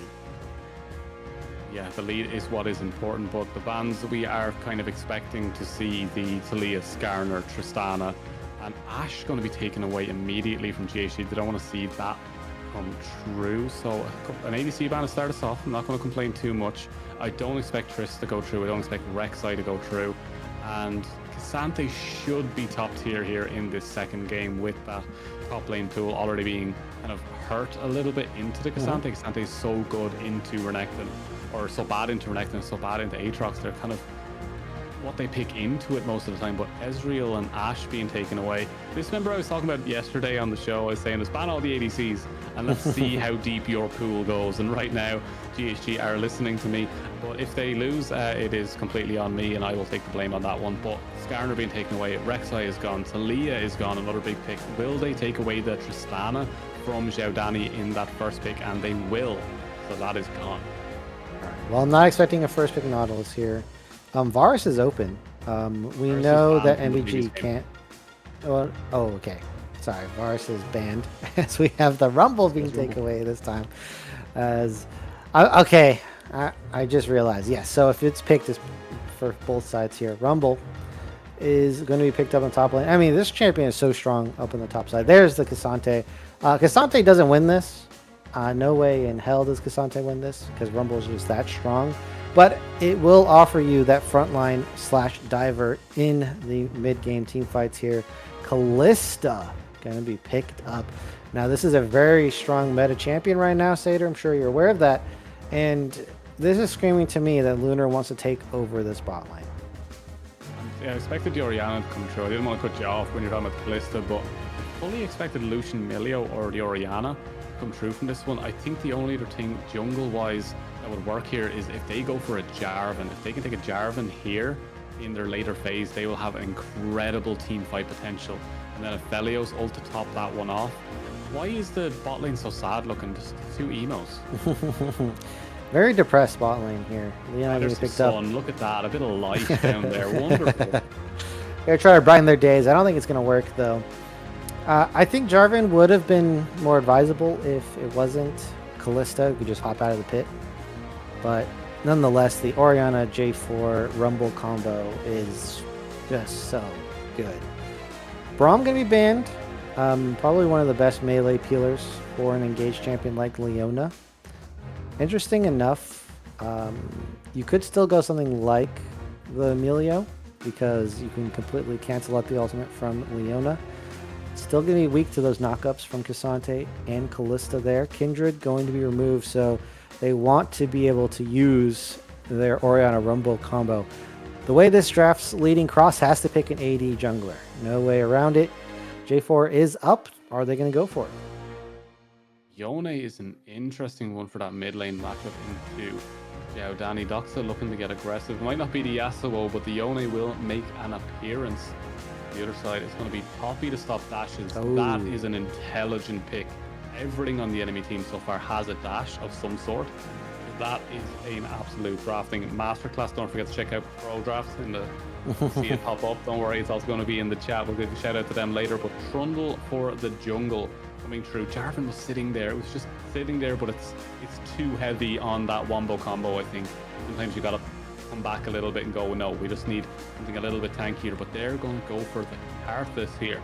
And for a game 2 draft, I'm not gonna lie, it's so nice not to see a Jinx coming through or a Varus. It's every game it's those two. This is more my style. Get some weird picks in there. Oh, Zeri could have been there, just to let you know. As GHG, okay, GHG here have their comp fully fleshed out. It is going to be that Trundle pick. Interesting because they did the Poppy Trundle. You could have easily double fluxed them. Both of them went into Cassante. So it looks like they're going to be going Trundle for Cross. You had an amazing game on that one. Did an excellent job there. And for now, I think I like GHG's comp. I think their comp is more solid overall. Has the strong team fighting, lots of counters to things that NBG wants to do. And I mean, I think this is a pretty straight win for GHG. Yeah, it's that Poppy that's speaking to me more than anything else. I just think that is a very intelligent pick. And looking across the GHG comp, my main top laner is Rumble, my main mid laner is Orianna, and my main support is Poppy. I do play a lot of Rakan as well on top of that, but Poppy's one of my main ones. So GHG are speaking to me. They just need to stick in a Jinx and a Kindred, and it's just a Satyr comp. It's all of my kind of one tricks. But, Have you played Callista into Poppy, by the way? I have quite a bit. With our in-houses that we do, just with friends and stuff like that, just for practice, they let my Poppy through to play the Callista lane because they want to practice against it. It is it's tough playing the Callista into the Tough Poppy. is not the word for it. Okay, what would you There's say? a lot of choice EU words I could use for that, but I'm not going to do that on such a nice broadcast. Okay, they're not stream friendly. I'm okay with that. As producer gives us a thanks here, as Trundle versus the Karthus. Obviously, early Cross can take a piece out of this Karthus. Towards the later end of the game, ends up being that really heavy suicide bomb that you do not want to walk into. And I understand why they went with the Karthus, but I feel like the Rumble pick is just chef's kiss now for the side of PCL. Yeah, Slide does give away that they are hiding in that bush, and they want to get very aggressive immediately with that passive buckler from Poppy. That's the name of the game. You walk up, you throw a buckler, you walk away. You're looking for aggression here, and just one is going to do that for us, as Devin going to be using the red gun. We're going to use colors here because I'm trying to remember all the names for those guns. It's a PowerPoint as you go through, but as we do see, that sniper will be coming through as well for fellows. That extended range will definitely help keep that Callista at bay for the moment, as Callista is one of those champions that Halo Blades procs you want to go, so trying to keep them away from you at all points is key. As PCL, I do love PCL's Rumble. It is very nice. As Doxa is trying to get aggressive onto Cross already. That's a deep ward, and he's going to use that dash over the wall. This game's already spicy for me, so we're seeing a Yone. Yeah, the Yone pick is very crazy now. I wonder if the changes went through, but still not the easiest lane phase champion. But as soon as you're out of that lane phase, is probably my most hated champion in the meta right now is Yone. I hate playing against that champion so much. As we get a huge crash on the bot side level 2, Show Danny trying to kite away from this Yone here. Cross about to finish up in the jungle, and again Fnatic on a fast wave, fast clearing jungler here, about to be done 30 seconds earlier. 30 seconds earlier. Yeah, this is... It's just Fnatic being so fast on this jungle. Trundle doing a great job on it, as well as they're going to get that information early. Just one will land that first dash. He will not get his shield back, but this is an easy walkout for Poppy. A good bit of damage coming from Lunar there with that spear pull combo, but look at the top lane right now. It's coming back towards Rumble, and look at the CS difference. Look at that health, and look at Cross. He knows this is a free one. Shocky is at half HP. Still quite tanky. Shield will be up soon. The big question is from Shocky here is going to be that W. Is going to be that stand guard. Are they going to be able to pull this off? PCL, Cross are stacking up here. Now they're splitting around the turret. Does get it onto PCL. Flash out. Cross is not going to get the first blood, and it is the double kill. I've said this before. I'm now going to say it again. I've seen many a time Shocky get dove in a 1v2 situation. And what did I say ends up happening? It's only a 1-for-1. It wasn't execute. Hold on to your hats now. Okay, yeah, but I mean, somehow- that's still worth. It's still worth. He still gets the XP from the kill as well, I believe. I don't think they walked out of range in time. As we do see also that the Cartus is getting double scuttle on top of that. So a nice little lead there for that, as Doxa is not winning this one as heavily as we expected, as the One is under He still very, has very TP. heavy pressure. He still has TP. Doxa still has TP, so he can try to eke out as much HP on this one as possible. Oh, Doxa getting pretty low. John Danny with an auto. And now is forced to TP back. But yeah, so far I say doing pretty all right in the mid lane. Clyde walking on out of there. Devin takes a spear. And now look at this top side. Okay, well look, Shocky did outplay.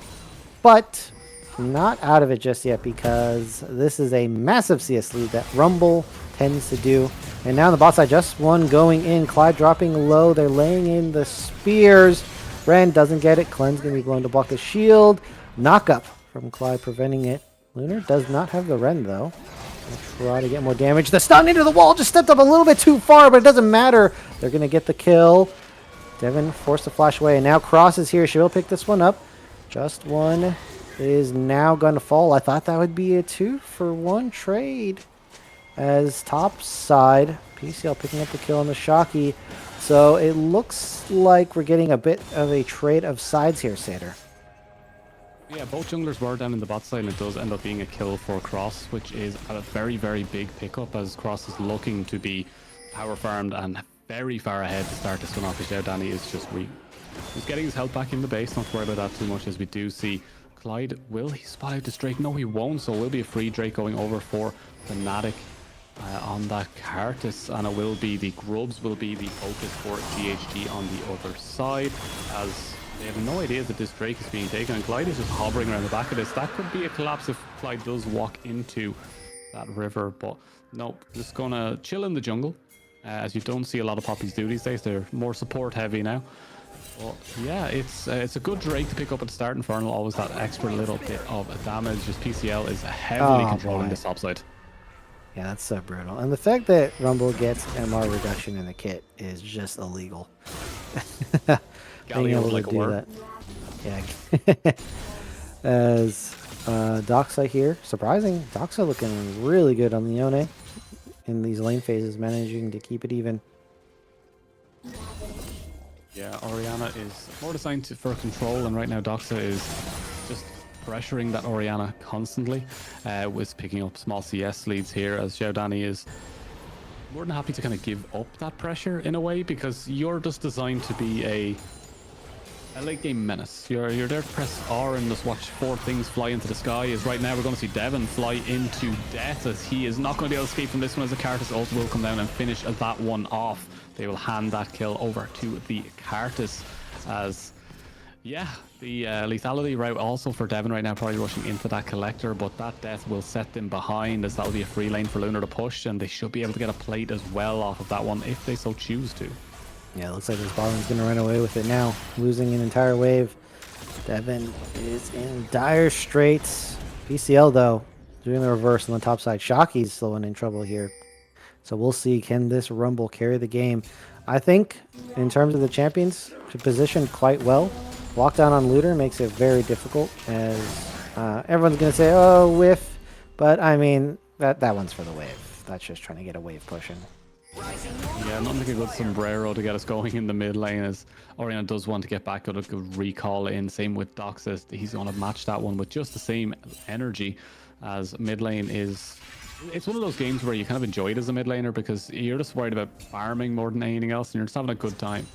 But also on the spot side, we do see lack of vision right now for where Cross is, and I think they have an inkling that he might be towards the spot side, and right now Cross is going to wait it out. Fnatic might have sniffed this one. Okay, Devin's walking up here. This one with the Hex Flash. And now the turnaround gank. Do they have enough damage on the Lunar? The Ignite going to pull through. Clyde picks up the kill. Not where they want it, but they have started to return fire onto Lunar on the bot side. As it looks like this wave's going to get in. CS still advantage for Devin somehow. Yeah, Devin doing a lot of great work there. I have to say that Trundle ult is shredding through the stats for Kalista, I think it's the only champion in the game, Trundle, that has the ability to steal.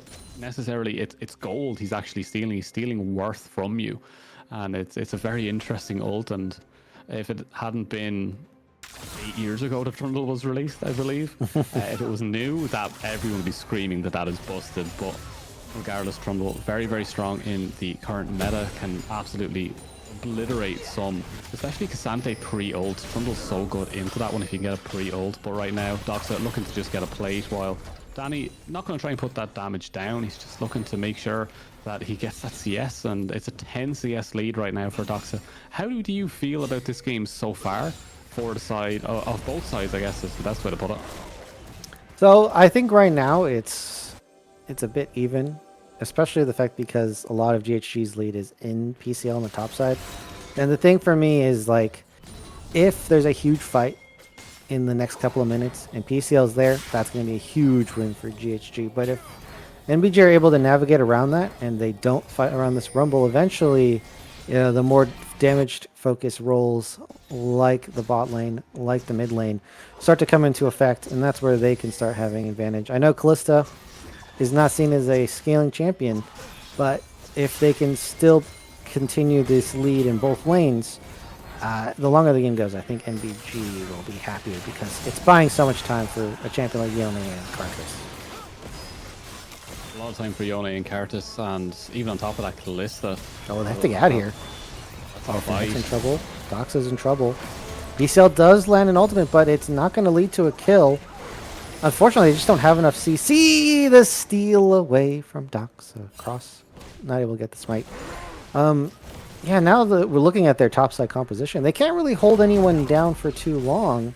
They have like a quick burst of CC, but after that, someone like Shocky, someone like Fnatic can just kind of walk out of there, surprisingly. It's all about that shockwave. That's what it is for this squad. It's all about that shockwave setting up to make sure that Rumble ult hits, making sure that it's in the right area to make them decide whether they're going to walk through a red carpet or are going to try and step off of it and say they're not the star for today. Is Clyde going to come up? Just get some of that CS over as Doxa having a little bit of fun in that mid lane, feeling comfortable on the Yone's cross. Immediately starting up this Drake. I don't think you have the prio for it right now as Aphelios tries to get around that wall, and Xiao Danny is resetting. Does have TP, but that Drake is melting, so I think this one might be a clean take for them, and there will be no contest. Frost went with the Blade of the Ring King build here, so that explains the dragon melting.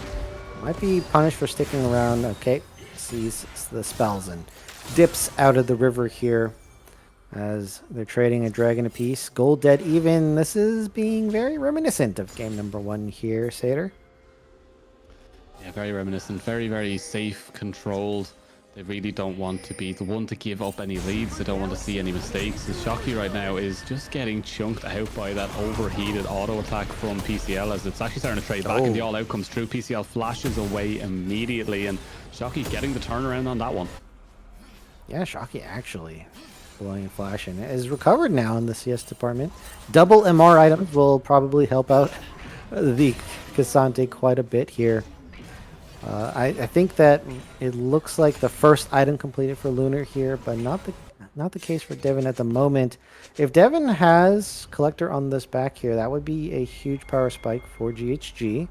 So we'll wait and see if that is the case. Doesn't have it just yet, Slater. This has been delayed quite a bit. Yeah, it has been delayed quite a bit. Not getting that kill as well will be really, really hurting the economy coming from that bot side with Clyde actually getting that. Does manage to get himself a bracer on the other side of it though, so is getting closer to building into that Warmogs, which will help keep that Poppy alive. As the Rift Herald now looks like it's the target for the side of GHGs. They are going full purple on the side of this one. Vision being expended as that Chem Break does add those nice sweeping plants that will help catch out Vision, give you movement speed, and take out wards. This is a good swap. Shocky, no armor, all MR. The chop room as well with the Severum and be melting this turret. This is a pretty smart first blood. They're just trying to delay Shocky from defending the minions here. It looks like he's going to be able to get it in. The knockback. Ross is certainly in trouble. Fnatic, and now the ultimate coming through. Shocky's completely melted. They're going to follow through onto the Karthus. That's a kill. Just one here. Docs are quite late. Ultimate from Karthus coming As that slams down. That's not enough to pick up a kill. Doxa over the wall. Just one now being exposed. And Lunar forced to ult away. And Satyr, I mean, NBG could have just played bot side. They didn't have to come up there and challenge, but they did. And it looks like now GHG picking up a huge advantage. Yeah, they got a lot off that. As that Rift Herald is just not caring about the health or the range that it's meant to be working around. Doc's also losing the flash as Clyde flash pulverizes them into a wall. Yeah, it was very, very good from there in that position. I think GHG got a lot from that one, and it was a really, really well timed play. And it looks like it was a practice play that they've done before. Yeah, very, very excited to see what they're going to do with the rest of it, as Rift Herald is spawned. Neither team kind of vying towards it right now, as we do see Cross going back to his own jungle. Is that going to be a Trinity coming out from the Trundle now and the other side of this one? Is he going to go towards that item, or is it going to be... It has to be Trinity from the Phage, right? I can't think of any other Phage item making sense. So I think Trinity is going to be the pickup here. Again, Cross going with the damage focus build. Doxa completely zoning PCL off of a turret, surprisingly enough. As they have the Leandries. I see here just one in the jungle. Nice little invade. Chalky now going to have to be dodging this. Devin doesn't have the Gravitum. Now the CC coming in from Clyde, and as I said, there is no armor on this Cassante, and it's very apparent when the 380 champions on GHG start hitting them. Oh, PCL has been caught. The ultimate going to land. This is a huge mistake coming out from this. If they get this kill. Wait a minute, the dodge is coming through. PCL just weaving in between and manages to walk out of there. Okay. Yeah, that's a Michael Jackson Thriller moment. Just sidesteps everything. Fancy footwork for sure. As look at this shove in the bottom side. Grundle and Lefelios don't care. Yeah, Void Grubs is difference as well. Can't be matched. Trundle plus Lefelios has to be some of the best turret taking duo in the game. Rift Herald though has been left open, as now they're going to be working on this mid lane here. Cross. And we throwing up a pillar. By the way, the pillar is very good against a champion like the Callista. 10 seconds away from this dragon. Satyr, who do you give it to? I want to give it over to GHG just because they have a slightly better angle on how they want to play this one. They're just cut into the river, but with that pressure now being given off, they still have a little bit more vision down there. I know there's some Callista ghosts, but they have that scuttle, so they have that one open for them right now. They also have the pressure that they could take a mid tower very, very quickly with that slight grub advantage, but it looks like Trundle's actually going to give this one up and they'll say, I'm just going to take the Rift Herald, let's get these towers, and they can have that slight Drake advantage. PCL is going to ward it regardless, going to head down to Shocky, but they could force a mid tower here. Just have to be careful of that Doxa engage. It looks like the defenses will be mounted in the mid lane. Trade goes over objective for objective here. GHG, I believe they haven't backed yet, so there's a lot of unspent gold. So risking that in a team fight would not be advisable here. And we'll see. How much does Devin get off this back? Collector has been complete. Clyde going to have to avoid 3 in the jungle. Gets a best friend sword straight away, as they are about halfway to this Infinity Edge, which would be, I think, a good starting point for GHG to take over this game. Let's see what Cross wants to do with this. We're not going to jump into the Herald. Surprising there not to try and get that extra damage as Doxa tries to go over the wall, cannot get it in time, will clear out that wave. Will they be able to stop it? No, they will not, but Shadani smartly holds onto that ultimate ability as they are going to try and work their way up there. We see Lunar and Fnatic trying to get there, but another tower falls, and this is just what Trundle is built for, his PCL. A lot of trouble here, will flash away, will survive for now with Shocky on the chase. Oh, the plant going to save their life. And that's another getaway from PCL. As top lane, they pick up a turret, so GHG, and with this Trundle, kind of a unique style of play, rotating around their Trundle, their jungler, and just absolutely demolishing these turrets like a wrecking crew. And I think that is a Trinity Force, because again, that just makes their ability to take these turrets that much better. Yeah, I'd be very surprised to see a Stride Breaker come out from a Trundle, but it is going to be that Trinity. He's going to go towards... I think Stride Breaker is good on Trundle. I'm sorry. I think it's good, but I think Trinity's just a little bit better. Also, if you go for the Jack of Trades rune, not sure if he's actually gone for that or not. It's just something that I really enjoy Jack of Trades as a stylistic choice, that if you know you're going for Trinity, just take Jack of Trades and get all those extra stats. As Clyde is going to pick out another award here. That Ghost Award will prop up as well. And will reward on the other side as they do get the ping that on. They know it's there. Let's see what the plan is, because they have to go for this mid tower. They have to break this one now. And without the characters having the ult, without that balance stability, I think this one should be an easy take. We're going to come in to stop Lunar here. Channeling over the wall. Just One says, nah, can't do this play here.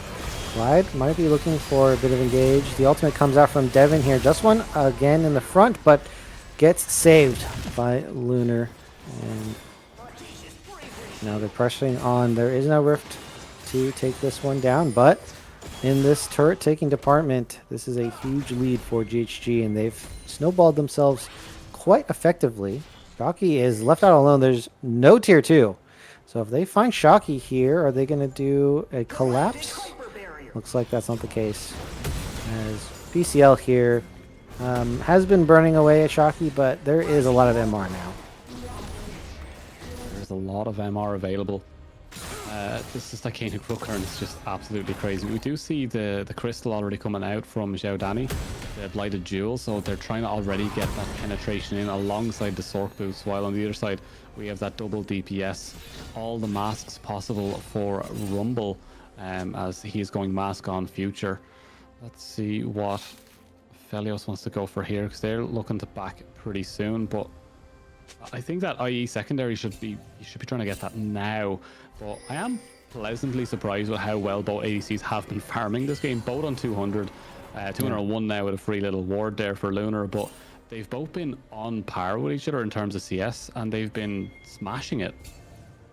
I think they've been swapping lanes, been catching waves pretty well. As I think Devin was a bit behind, but the team banded together, got him some farm, especially with that top turret play that they did. As right now, it looks like 2 items on multiple champions here across the board for GHG. Sater, I think you're with me on this one. If there were a time, I think this might be it to go for a winning team fight and basically just slam this game as a W. Yeah, or we could all go for a Baron, as these teams love to do. Let's see if they can force themselves. Well, to into get you a fight, GHG. If you were looking to fight, pulling the Baron is one thing. Now, is it risky? 100%. Don't mind risky. Don't mind risky at all, as they do rush forward. Lunar could be caught Killer. out by a pillar here. Clyde? They're going to pop the veil. And now it looks like they're straight onto this 80 carry. Lunar is surviving, but not for that much longer. Just One using the ultimate to get out, and that's a huge pick. Dragon's up. Ultimate going to come down. Will it get PCL? Shield comes in, and it looked like it did almost no damage. Trying to back as fast as possible. Doxa looking for the flank. They do not have their 80 carry for this. This is a pretty smart play from Doxa. However, is it going to work out? Devin's still alive, and now Clyde there to pick it up. No sombrero on this one, as that was just a little bit longer than expected, but Xiao Dani picks up the kill. Jungler's alive, but it is NBG who are going to be onto this dragon. GHG, similar position from game number 1 here. This is their opportunity to close out the game. They have to play out the Baron well this time around, and unless they want it to get very close like in game number 1, they should do their utmost, their utmost to make sure this is a clean closeout. I think this is a bigger lead for GHG than we saw from NBG in game 1. The thing that's worrying us, obviously, as casters with unbiased opinions about these games, is the fact that NBG have that third Drake, they have that soul point, which we know looking into these games that there is plays that can be made knowing that with that Drake and Baron both coming up around similar times, about a minute difference, you can keep forcing them down, saying we'll take this soul and then we'll win from that, and keep them away from that Baron by scaring them into those certain positions. But right now there's a lot of people on the map and not a lot of people mid. Yeah, they're now seeing a mistake. They're backing. The grubs are activated. as they have the Baron as well. And with Cross on this Trundle, this is an absolute structure wrecking crew coming through. And yeah, that took like less than a minute. So that was extremely quick. Miley Cyrus mid lane right there, just wrecking ball right down the center, and just immediate reset. Everyone was all right. Well, that was easy. Let's go back, find what we need to do, and go again. I mean, now they can split the map Impressive. top bottom. They have the Baron still, and they did that so fast. They have the Baron still. Split it top to bottom and force a numbers advantage. Get another turret, and that and an inhib as well. They are stronger in the fights with this gold lead, and what we're saying here is the game is in the hands of GHG. They should be able to close out this game. We're just waiting though. Will they have a clean finish, or is there going to be a mistake played by GHG? And I love that we were watching Devin there for a couple of seconds. You see him just firing Qs off into the distance from the sniper to try and eliminate the ammo, as it releases 5 bullets every time you use an ability. Trying to change up the weapons in time for this next fight.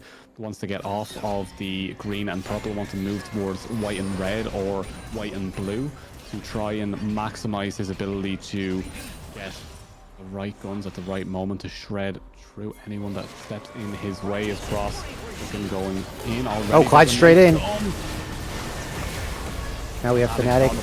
Very, very low. There's the knocks coming through, and the Carthus ult will land on the rest of the squad. Will they be able to survive this one? The damage is coming through as no one's getting Devin. Devin finally gets up, but he gets all of them down. Just one will also fall. It's just Lunar left as everything falls apart in a moment as Clyde flies in and eliminates that Carthus.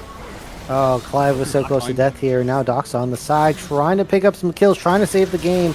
Is stalling the wave, but half of it makes it through. Clyde is low. Cross onto the turret. Lunar can't defend this by themselves. Doxa is on the flank, but are they worried? They just need to get this wave, and ultimate comes through. Zhao Danny wants to end this game. Clyde, get down, Mr. President, blocks the ultimate, and now they're straight onto the Nexus, and they're going to pick up this one. This is a much more dominant game than game number 1. GHG picking up a win here, making it 1-1, saving their chances. And now it's all up to one final game decided. Yeah, and I said it, GHG, they have the possibility of doing this. They are a very good team, and that really, really showcased how well they can play. And that Trundle pick, Cross just ripping through towers, focusing on what makes them strong, which is those grubs, the tower pressure. And I will have to ask you very quickly, just remember, there is no stat screens, so we got to skip off of those. But yeah, regardless, I'm very, very excited to see what Game 3 is going to look like, because that fearless draft is going to change everything up again. And GHG, the champ pools have to be deep. You got to have an ocean now, because so many of those top picks are gone. Those bans, I'm expecting them to kind of stay the same. Will we see Ashe Ezreal sneak through and try to get rid of some other things? But right now, Talia, Tristan, Rek'Sai, I don't think NBG can give any of those over. All right, Sater got his last words out, as we are going to be going to a break. When we're back, we're going to be at our final game here for today, so don't go anywhere.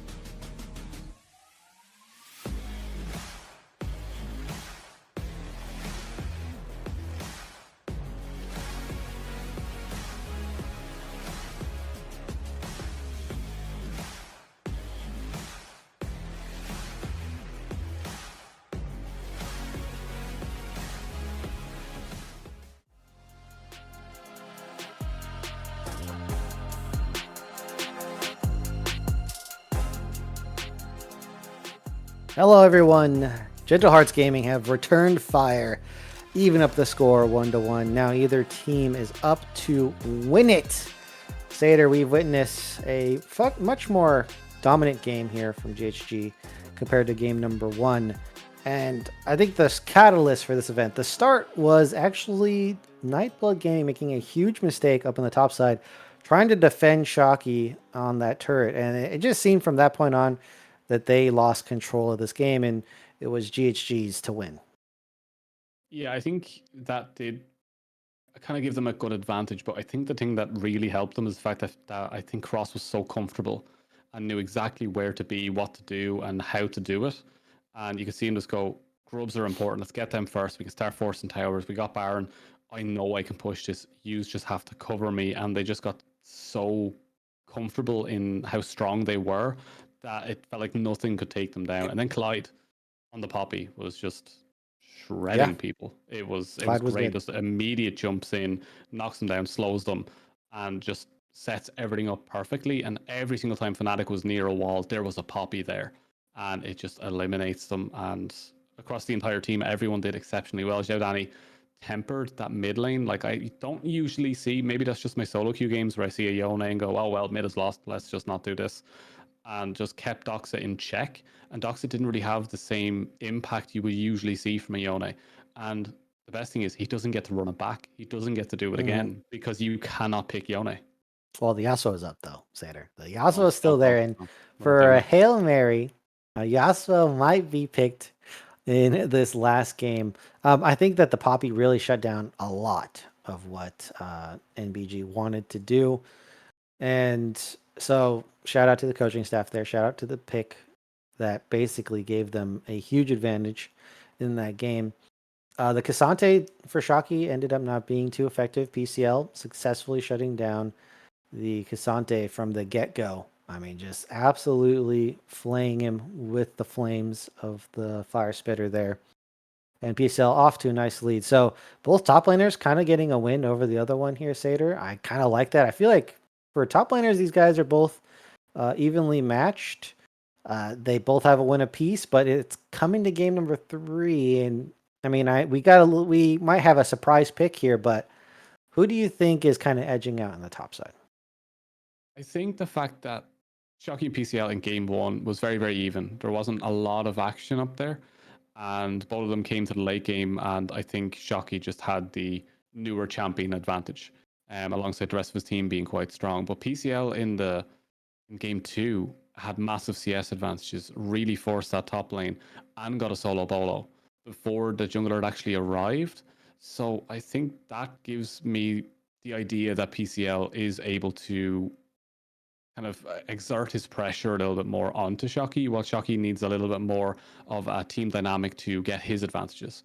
So I think if PCL and Shocky go back to island mode and PCL gets onto one of his more signature picks, that we might see that happen again. But with that fearless draft, there's so much that you're like, oh, if you see the rumble again, it's not there. The Aatrox is a really good pick. It's not there. The Cassante is also gone. Camille is still available in the pool, which is, I think, a big pickup. And for the rest of that top lane pool, I'm kind of scraping my mind for what would be strong. Orin is still available in there, so they Zach. I could think go more Zach's going to be defensive. picked. Zach was picked for PCL before, and it had it was mid. I'm going to be Yeah, honest, it but was I mid. mean, but what's left in the pool, right? I mean, so many picks down already. So, Darius, um, yeah, Olaf. Darius is possible. Darius possible. Olaf. So these are champions where it's very conditional on what the enemy team picks, right? You could never pick these champions straight up. I'm LEC. Remember, I have BDS. I have Adam. Gods at World. Gods at Bro, if Spring. you pick Gods in Summer. Olaf, I'm like J4, Anivia. Give me Yeah, balls but galore. can you kill him in there? That's the thing. I like you ult as J4. He's not trapping you. You're trapped in there with him. Oh, but I mean, so I mean, I do the classic ult in into EQ out, and then your 80 carry, who's probably in the area, starts hitting Olaf for free, presumably. But I mean, look, if there's an enchanter there, if there's a lot of backlines that don't have a dash, you got an Olaf in the game, you have some kind of enchanter, maybe a Seraphine on top, can 100% carry a game. Same thing with Darius, right? The team, it needs to be unlocked for it to be in the game and allowed. And yeah, if you're very practiced, if you're Adam, you have BDS who the team rotates around you, then you can set it up every time in draft for your champion to be picked. But not always going to be the case here, especially in Fearless, right? Things have been removed from the pool. A lot of the hook champions have been picked already, Sater. So are we going to see an enchanter in the bot lane here? What do you think? Blitz is still available. Okay, yeah, There's Blitz always is. that opportunity. Ezreal and Ashe are still available as well in those pools. Zeri is still sitting there waiting to be picked, begging to be picked and unlocked on the Rift. And Caitlyn, which has fallen out of favor in competitive, but still quite strong in its style right now, is going to be, I think, a hot topic for the next one. With Ashe Ezreal being taken away, that pool is, especially with ADC being the most limited pool out of nearly every single role, it's a much harder lane to play in that kind of fearless draft style. But there still is a Lucian. That's the one that's Yeah. standing out to me the most out of those picks. Lucian Milio is still available. Lucian Nami is still available. So considering that NBG, if you haven't seen, I did put it in the chat as well, has selected that blue side. I think they might be going more towards the mid lane pick, get a prio on that, and then it should be the return from GHG to go, we'll take a more competent bot lane. If I see first pick Azir into a Lucian Nami, I wouldn't be surprised. Right? I feel like that is pretty likely at this point in terms of mid laners and what's available bot side. So Azir, something we haven't seen too much of, but that's because everything's been best of ones. We haven't really gone deep into any champ pools, but finally here we are. And when it comes to mid laners, I think we're never going to see Tristana. That's going to be banned. Talia's still going to be banned. Why would you let that through now? And so that just leaves up a champion like Azir. Orianna's gone. What else is there? Are you going to pick a Syndra? Maybe, but out of all the champions left, to my mind, I think Azir is probably the strongest one that's still up. Yeah, Azir's definitely sitting up there. I still think there's a little bit of work to be done in terms of what you want to go for. I mean, LeBlanc, I guess. Ari's gone. Style is worrying me. That's the thing that's worrying me, Crims, because Azir is a very difficult champ to maneuver into a comp if you're not designed around the Azir. So that's the only thing that really worries me. Like, what is Azir going to be able to do if you don't have something that can control the pushback and lock them down? But look, we can talk about drafts. There's so many ideas that are probably running through our heads as we both, I believe, do a little bit of coaching as well on the side. Oh, yeah. Or work in teams. So I know for my draft, I know what I want, and I'm sitting still in that kindred pool. But Tristana, Skarner, Rek'Sai, Aaliyah should be the next ban from GHG unless they want them to pick it. Well, there it is. Okay. I don't think we leave Ashe open on blue side here. So blue are free to ban something, whatever they want. As they're going to go ahead and ban the Ziggs. We did see some Ziggs come out. To great success inside of GHG. And so, Ziggs, what do you think that kind of signals what you want to play? Something like a Draven, something that's going to take over bot lane? Lucian. Yeah, the Lucian, yeah, that as well. Although I think Lucian is kind of one of the better ones in lane. As we're rounding down the last seconds. Senna coming through. There's a lot of variations on this. No Senna Nautilus, which is my favorite, but there is the Senna Ornn. Does give you that frontliner. We haven't had a true tank this entire game, and it looks like it's very likely to come out now as there is the response. Yeah, Tahm Kench is what's running through my mind right now, to just be that nullifying NA bot lane that we kind of see quite often when their backs are against the wall, especially at Worlds and stuff. They always seem to pull that one out, but the volley there coming through for a cross, very excited to see that one.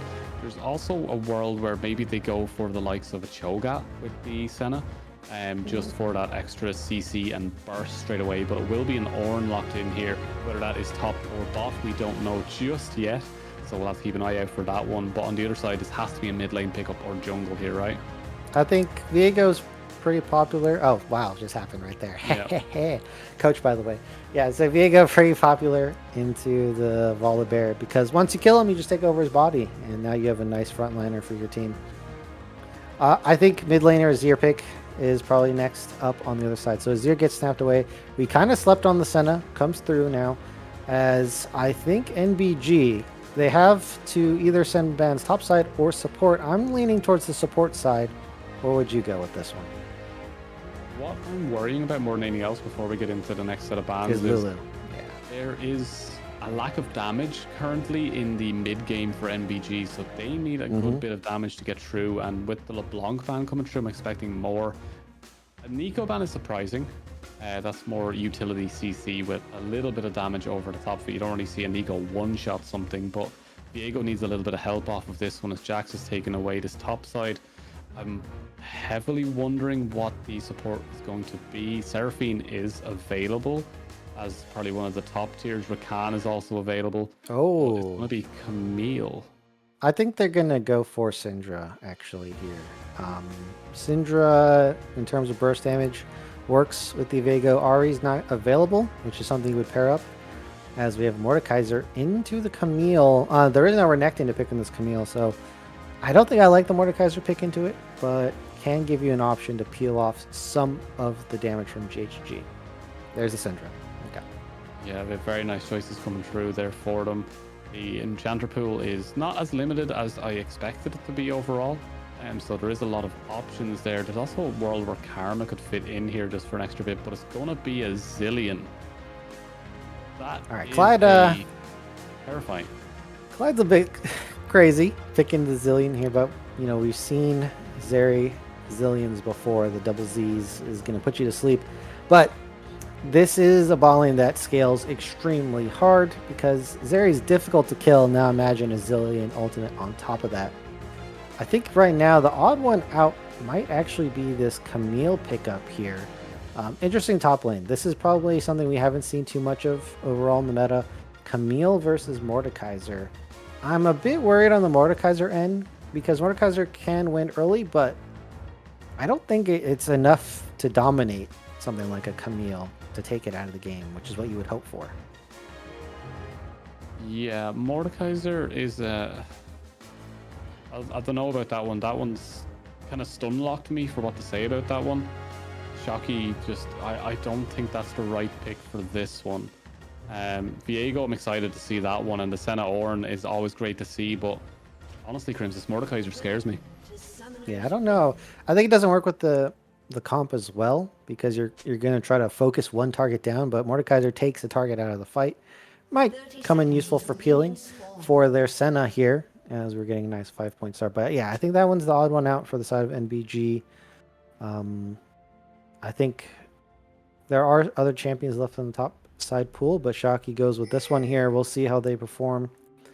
As on the other side, GHG, this bot lane. Can they get away with this much scaling in the bot side, Sater? Can they get away with this much scaling? That is the question. Yeah, This is it like has a to be no more than- prio, we don't do anything bot lane, right? Nothing's happening down there for them. Maybe so. I'm more worried about one other thing, and that's that kind of mid game that we want to see GHG dominate in. It's like they need to bring PCL down for those, and will PCL get enough pressure in the top side to actually leave that area? As we do see Doxa, I think every single Cinder player goes for that first ball just to test how quickly they're going to step out of that range, and Xiao Dani starting that one off well. I've never seen Xiao Dani play Azir, so I'm a little bit worried about this matchup. Yeah, this is first in the tournament appearance, I believe. So we'll see. Now, Xiao Dani is a veteran, is going to be familiar with things like Azir, Syndra. So maybe not the most practiced right now, currently, but I have some level of confidence. As Doxa going to be playing the Syndra. Again, Doxa, I think, has been a wonderful laner throughout this series, Sater. Multiple times up in CS versus Xiao Dani. Not the best carry out performances. I think Xiao Dani has been a little bit better in that department, but in terms of laning, I think Doxa has been a level up versus Xiao Dani in the carry department, a level up. Yeah, Xiao Dani excelling in those fights while Doxa excelling in those lanes.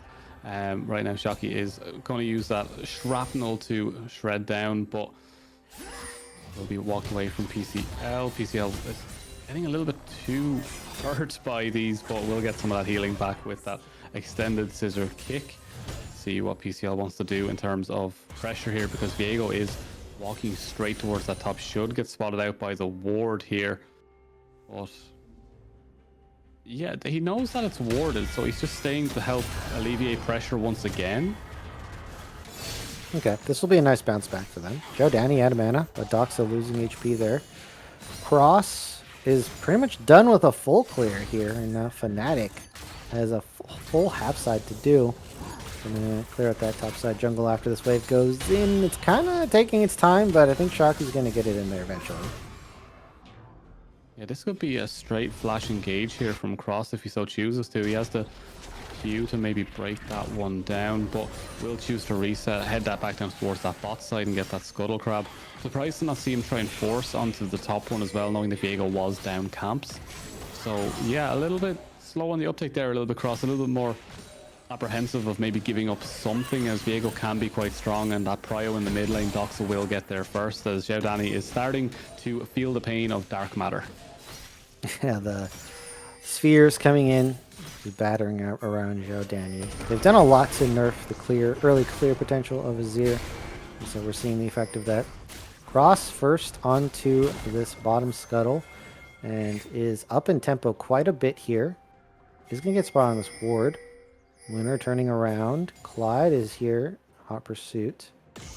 A lot of vision being spotted on both sides. Zhao Danny with the early TP. And Doxa might be able to get a free TP off this one. I don't know if Doxa has to TP back in lane. We'll see if that's going to be the case.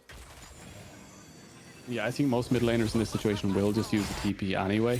It's like a secondary timer in your head for how long that TP is. Like that one's just ahead of my one. And you're not losing or gaining too much from it because there shouldn't be any real big early fights, and the style that both these teams have been playing has been very, very slow. So we should see it calm down just a little bit as they're trying to go aggressive here onto the bot lane.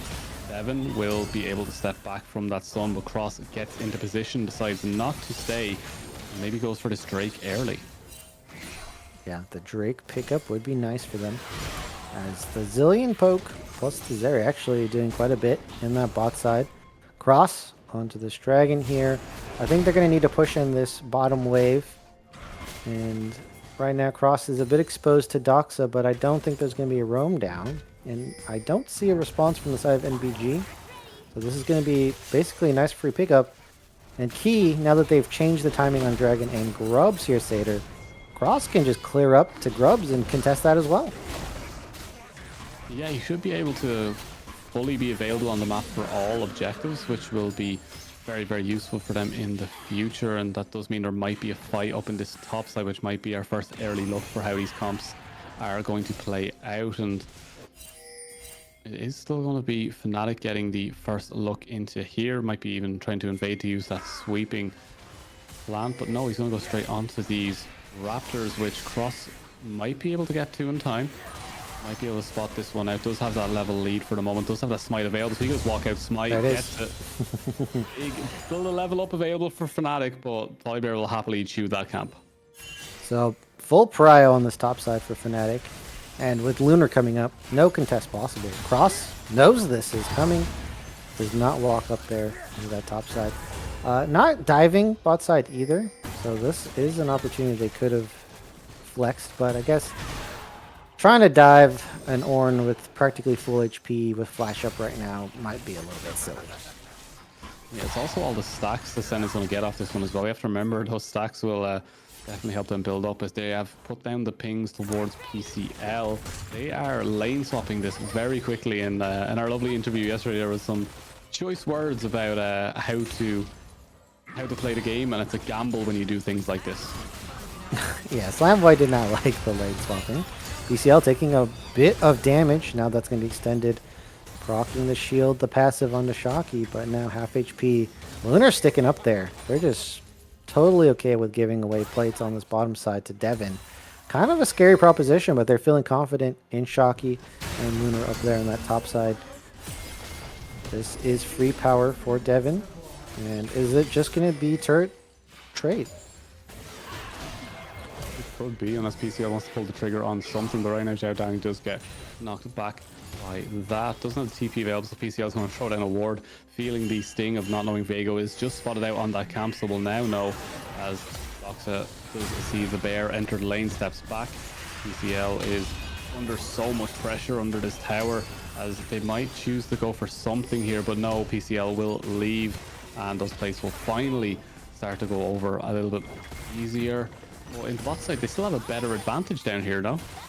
I think they were a plate up ahead. And now that Cross is here, Just One, I feel, has to get out of here, has to leave. 2 people is withstandable. 3 is just asking to be dove. It's happening right now. Cross is in, lands the stun. Zeri ultimate, gonna proc across. And that is also first blood. It took quite a while here, Satyr, but 8 minutes and 20 seconds in to get first blood. Are they gonna get the turret? PCL making a return on the other side. Shocky gonna ult off PCL from Lunar, and now joining with the jungler Fnatic.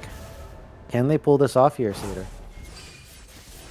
They're thinking about the dive, but with that ult already being expended and Lunar not being that 6 yet, they might have to step away from this one, but they will be aiming for this tower. There is no TP in response, and PCL reads the situation correctly and will decide to leave this one, and that tower will go over, but that will be first tower over to NBG. We've also got those grubs, it'll fall nice and easy.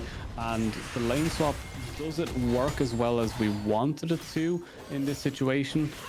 I think with the fact that First Blood did go over to Devon, I think it might have slightly went for GHG over that play, but PCL will feel the sting of that for the next little while. I mean, it is a 1k gold lead here, Satyr. All Mordekaiser though. Well, that is the matchup that we were worried in. And so if we're bolstering the Mordekaiser into this Camille, that is kind of buffering a bit of a weakness here as Cross is trying to sneak this away. Just One finds Clyde in the jungle. Now Cross trying to make their way out. And fortunate and planned out from the side GHG. Doxa not in lane there. That's going to be a steal away here. Devon not going to be attacking this turret just yet. Wards are coming through. Probably can just hop over this wall. Doesn't get grabbed by the Mordekaiser. As this dragon 40 seconds away. Both teams kind of gearing up. PCL's going to have to TP down here. Zhao Danny's not in the lane just yet, so they're going to be late to the play here, Satyr. A little bit later to the play. PCL might just forego this one in its entirety, as Doxa is actually going to walk top side, so they do want to stop PCL from getting that free push, and Doxa might TP this fight instead, but Zhao Danny gets 2 free hits onto mid. This is a weird game state to be in. kind of rotating slow. I mean, I don't think they thought about what to do. Their lane assignments. Yeah. It's a weird game state right now because they had the idea of like, we want to fight this Drake, and then Doxa immediately goes towards that top side, and now they're giving it up for free. I think they had better priority on it, and it just seems a little bit off, no? Yeah, I think they kind of misplayed the macro here. Zhao Danny walking up, Just One here. TP from PCL on the flank. Shocky is the odd man out. Slow gonna come through as there, the Hextech ultimatum, piling the damage in the CC. Shocky using the Death Realm to dodge this damage here. Just One gonna hit an ultimate, but it doesn't land. So Danny gets locked up to CC. PCL now under threat! It is the Vega picking up the kill. Fnatic gonna be taking over the body there. Zhao Danny is now trying to peel them off. Cross is in a 1v1 that cannot be won. Tried to get the shield on the end, and that's a double kill for Fnatic.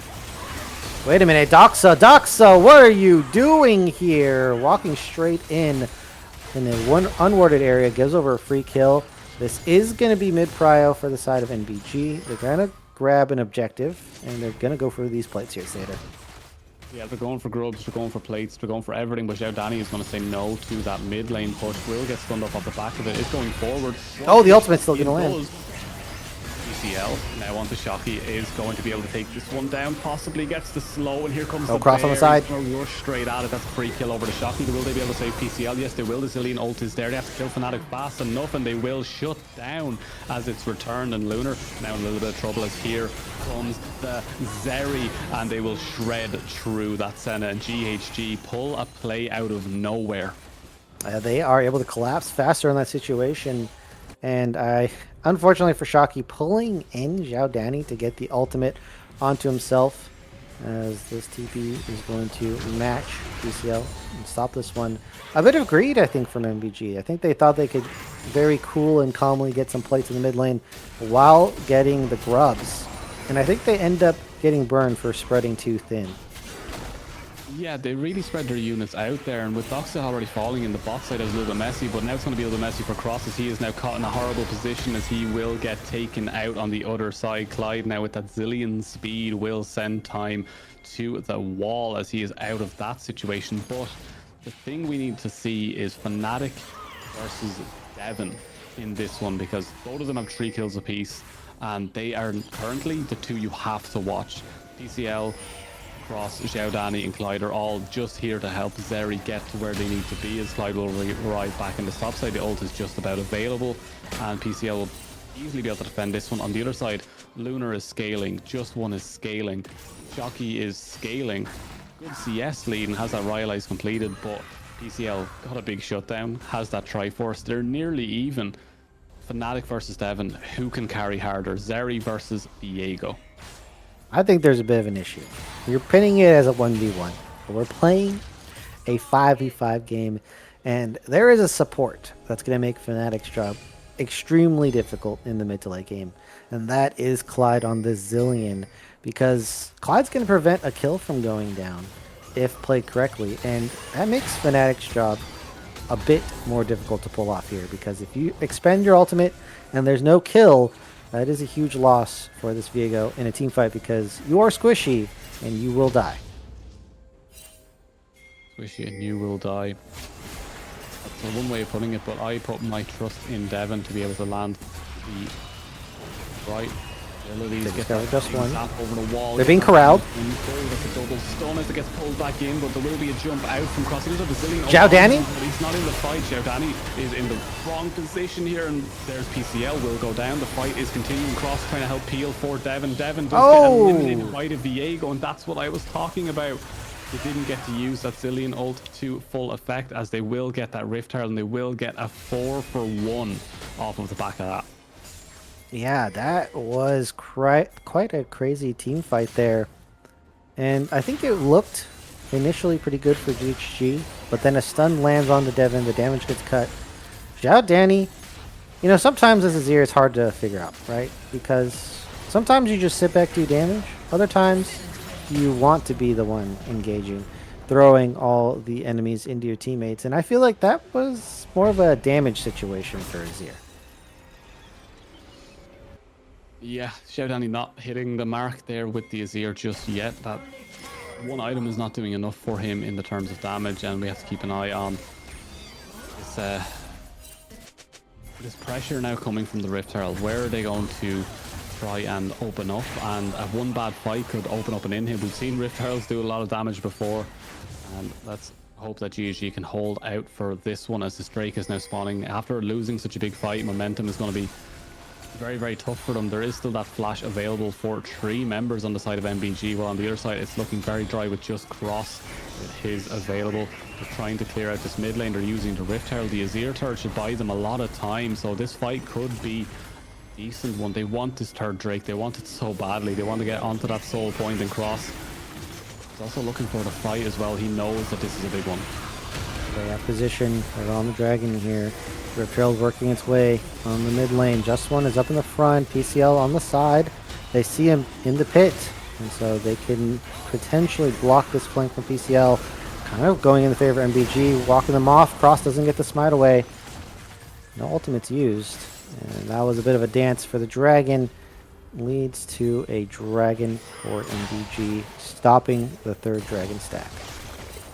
Yeah, and it's the smite difference. It's something we haven't really spoke about and I haven't touched on, but 9 stacks remaining on that. Oh, Xiao Dani gonna flash in, only gets 2, and now Just One in the front line. Xiao Dani now being resurrected by the Zillion ultimate. Devon is on the flank, completely chasing down Lunar, flipping this team fight the other way around. Fnatic gets a reset onto Xiao Dani. Clyde is on the outskirts. Can Devon find the damage in this one? PCL, single target, they do get him, and now Devon's running amok. This whole team fight, Just One is the last one remaining. Shocky gonna try to get out. PCL is quite low. They don't have to go for this kill, but it looks like they're gonna take every advantage they can get. The hookshot not landing, as well as the E missing, and now Shocky is kind of a sitting duck. The ultimate from Senna is gonna be enough to pick up 1, but is it enough to stop Devon? No, that's another shutdown. Satyr, I think Devon just picked up at least 4 kills in that last fight. Yeah, absolutely shredded them from start to finish, and it all matters getting onto that Senna, eliminating that nice and early. Make sure those little heals aren't coming through, and just starts to rip through members there. And that's the flip I was talking about. It's Fnatic versus Devon. You were saying that it's a team game. They're the ones that are pumping out the numbers here, and that time around it was Devon with the advantage, not even burning the barrier during that fight, and Clyde not getting the ult onto the target that was needed, as the three other members, it was Cross, Danny and Clyde, holding off the other targets, while on the backside Devon was just going 1-to-1-to-1, and that's kind of where you want to be on this area, as that's a big flip to bring GHG back into it. But the Drake still went over to MBG, and it's just gold onto that Zeri, while PCL now returning to the spot side. This game is a very, very tough coin flip kind of game. It's one mistake from Devon or one mistake from Fnatic, and everything could go up. Everything could go up in smokes in just a single moment there. Devon, able to benefit from the last play, is almost on 3 items, Satyr. Huge, huge exponential growth on this Zeri. BCL also managed to be benefactor of the last one. We'll see what they can do here. The Zillion, no item completed, going with a Warmog Zillion. Is this what the state of the meta is right now? As PCL is going to try to dodge this gank. Doesn't dodge the stun though, and now is locked in a 1v1. Fnatic just chasing them down. Just one trying to get the ultimate. They get the CC combo. PCL tries to ult out of there and is going to stall for Clyde to save this top laner here. Zhao Danny work on the top side, but they're losing a bot side turret for nothing. Yes, we do see the rest of the squad rush towards this mid lane to try to stop that push coming from Devon. For the Warmog Zillion, that is probably the perfect item for Zillion, as it has move speed added onto it. And with the new way the Warmogs works with the passive, you need passive HP to get enough of the passive from the Warmogs to help get your healing back. Clyde definitely going to be very, very comfortable staying in these fights and just throwing bombs over the top, even with any poke that does hit him. So yeah, I think it's a really, really good item on Zillion. The state of the meta is a lot of Warmogs, but on the other side, just one has went for that Frozen Heart. So if he's in a fight, that could be very, very dangerous for Devon if they get too close, as Zeri is also known as the let's go a little bit crazy champion, same as Jinx, but this Baron would be very crazy. That would be a crazy call out. MBG tend to not make those type of calls. That's more of a GHG kind of thing. Yeah, if you're not willing to dive in there as Zeri, then why are you playing this champion is often the case. Top lane, PCL again being TP'd away from the turret, but that's a TP advantage now for the side of GHG. They have double TPs up. Shocky gonna get theirs in just a moment. 40 seconds away from this dragon here, Satyr. Mid lane push coming through. Is MBG going to be able to stop this third Drake? Yeah, that is the question on all of our minds right now. The question on the tip of our tongue is, can they get to Devon? And I think this is probably one of the weaknesses of the comp, is that their engage is so heavily reliant on skill shots and not just a heavy frontal engage like we see in previous games where someone just sends it forward. The does land a good stun on the cross. Has been eliminated. Yeah, this is not a very tanky Volibear. Is going to die. And now they don't have a jungler for this one. Fighting seems almost impossible. Almost insane of a premise here. And it's a shame. Devon on 3 item spike, I think could have done a lot of work. Clyde in the jungle here, trying to put down some vision. Undefensible at the moment. They do get a turret. Probably not the objective they wanted, Satyr, but they are picking up something on the map. Yeah, it does make the Drakes even on the other side, and they are trying to catch onto Clyde right now. It does have the ult available. Will get the resurrection in. Danny is thinking about doing something. GSL. There, ulti goes all the way in, and it's an immediate kill onto Doxa as the rest of the fight is going heavily in favor of GHG. Danny will not fall on the other end. The Senna ult is cancelled, but here comes Fnatic. There's the first kill. The first transform. Shocky does finish off PCL. Devon in 1v1? Fnatic is in a Devon. Yeah, Devon does manage to win that one out. And Shocky now in a 1 versus 3. His Cross has re-entered the rift. Clyde there to throw some bombs off the top of that one. There's the ult. There's the setup. Shocky, we've seen this one before, and Devon is looking to finish that one off. And here's a Baron and GHG, regardless of the Drake, win the fight. This is recalling me to game number 2.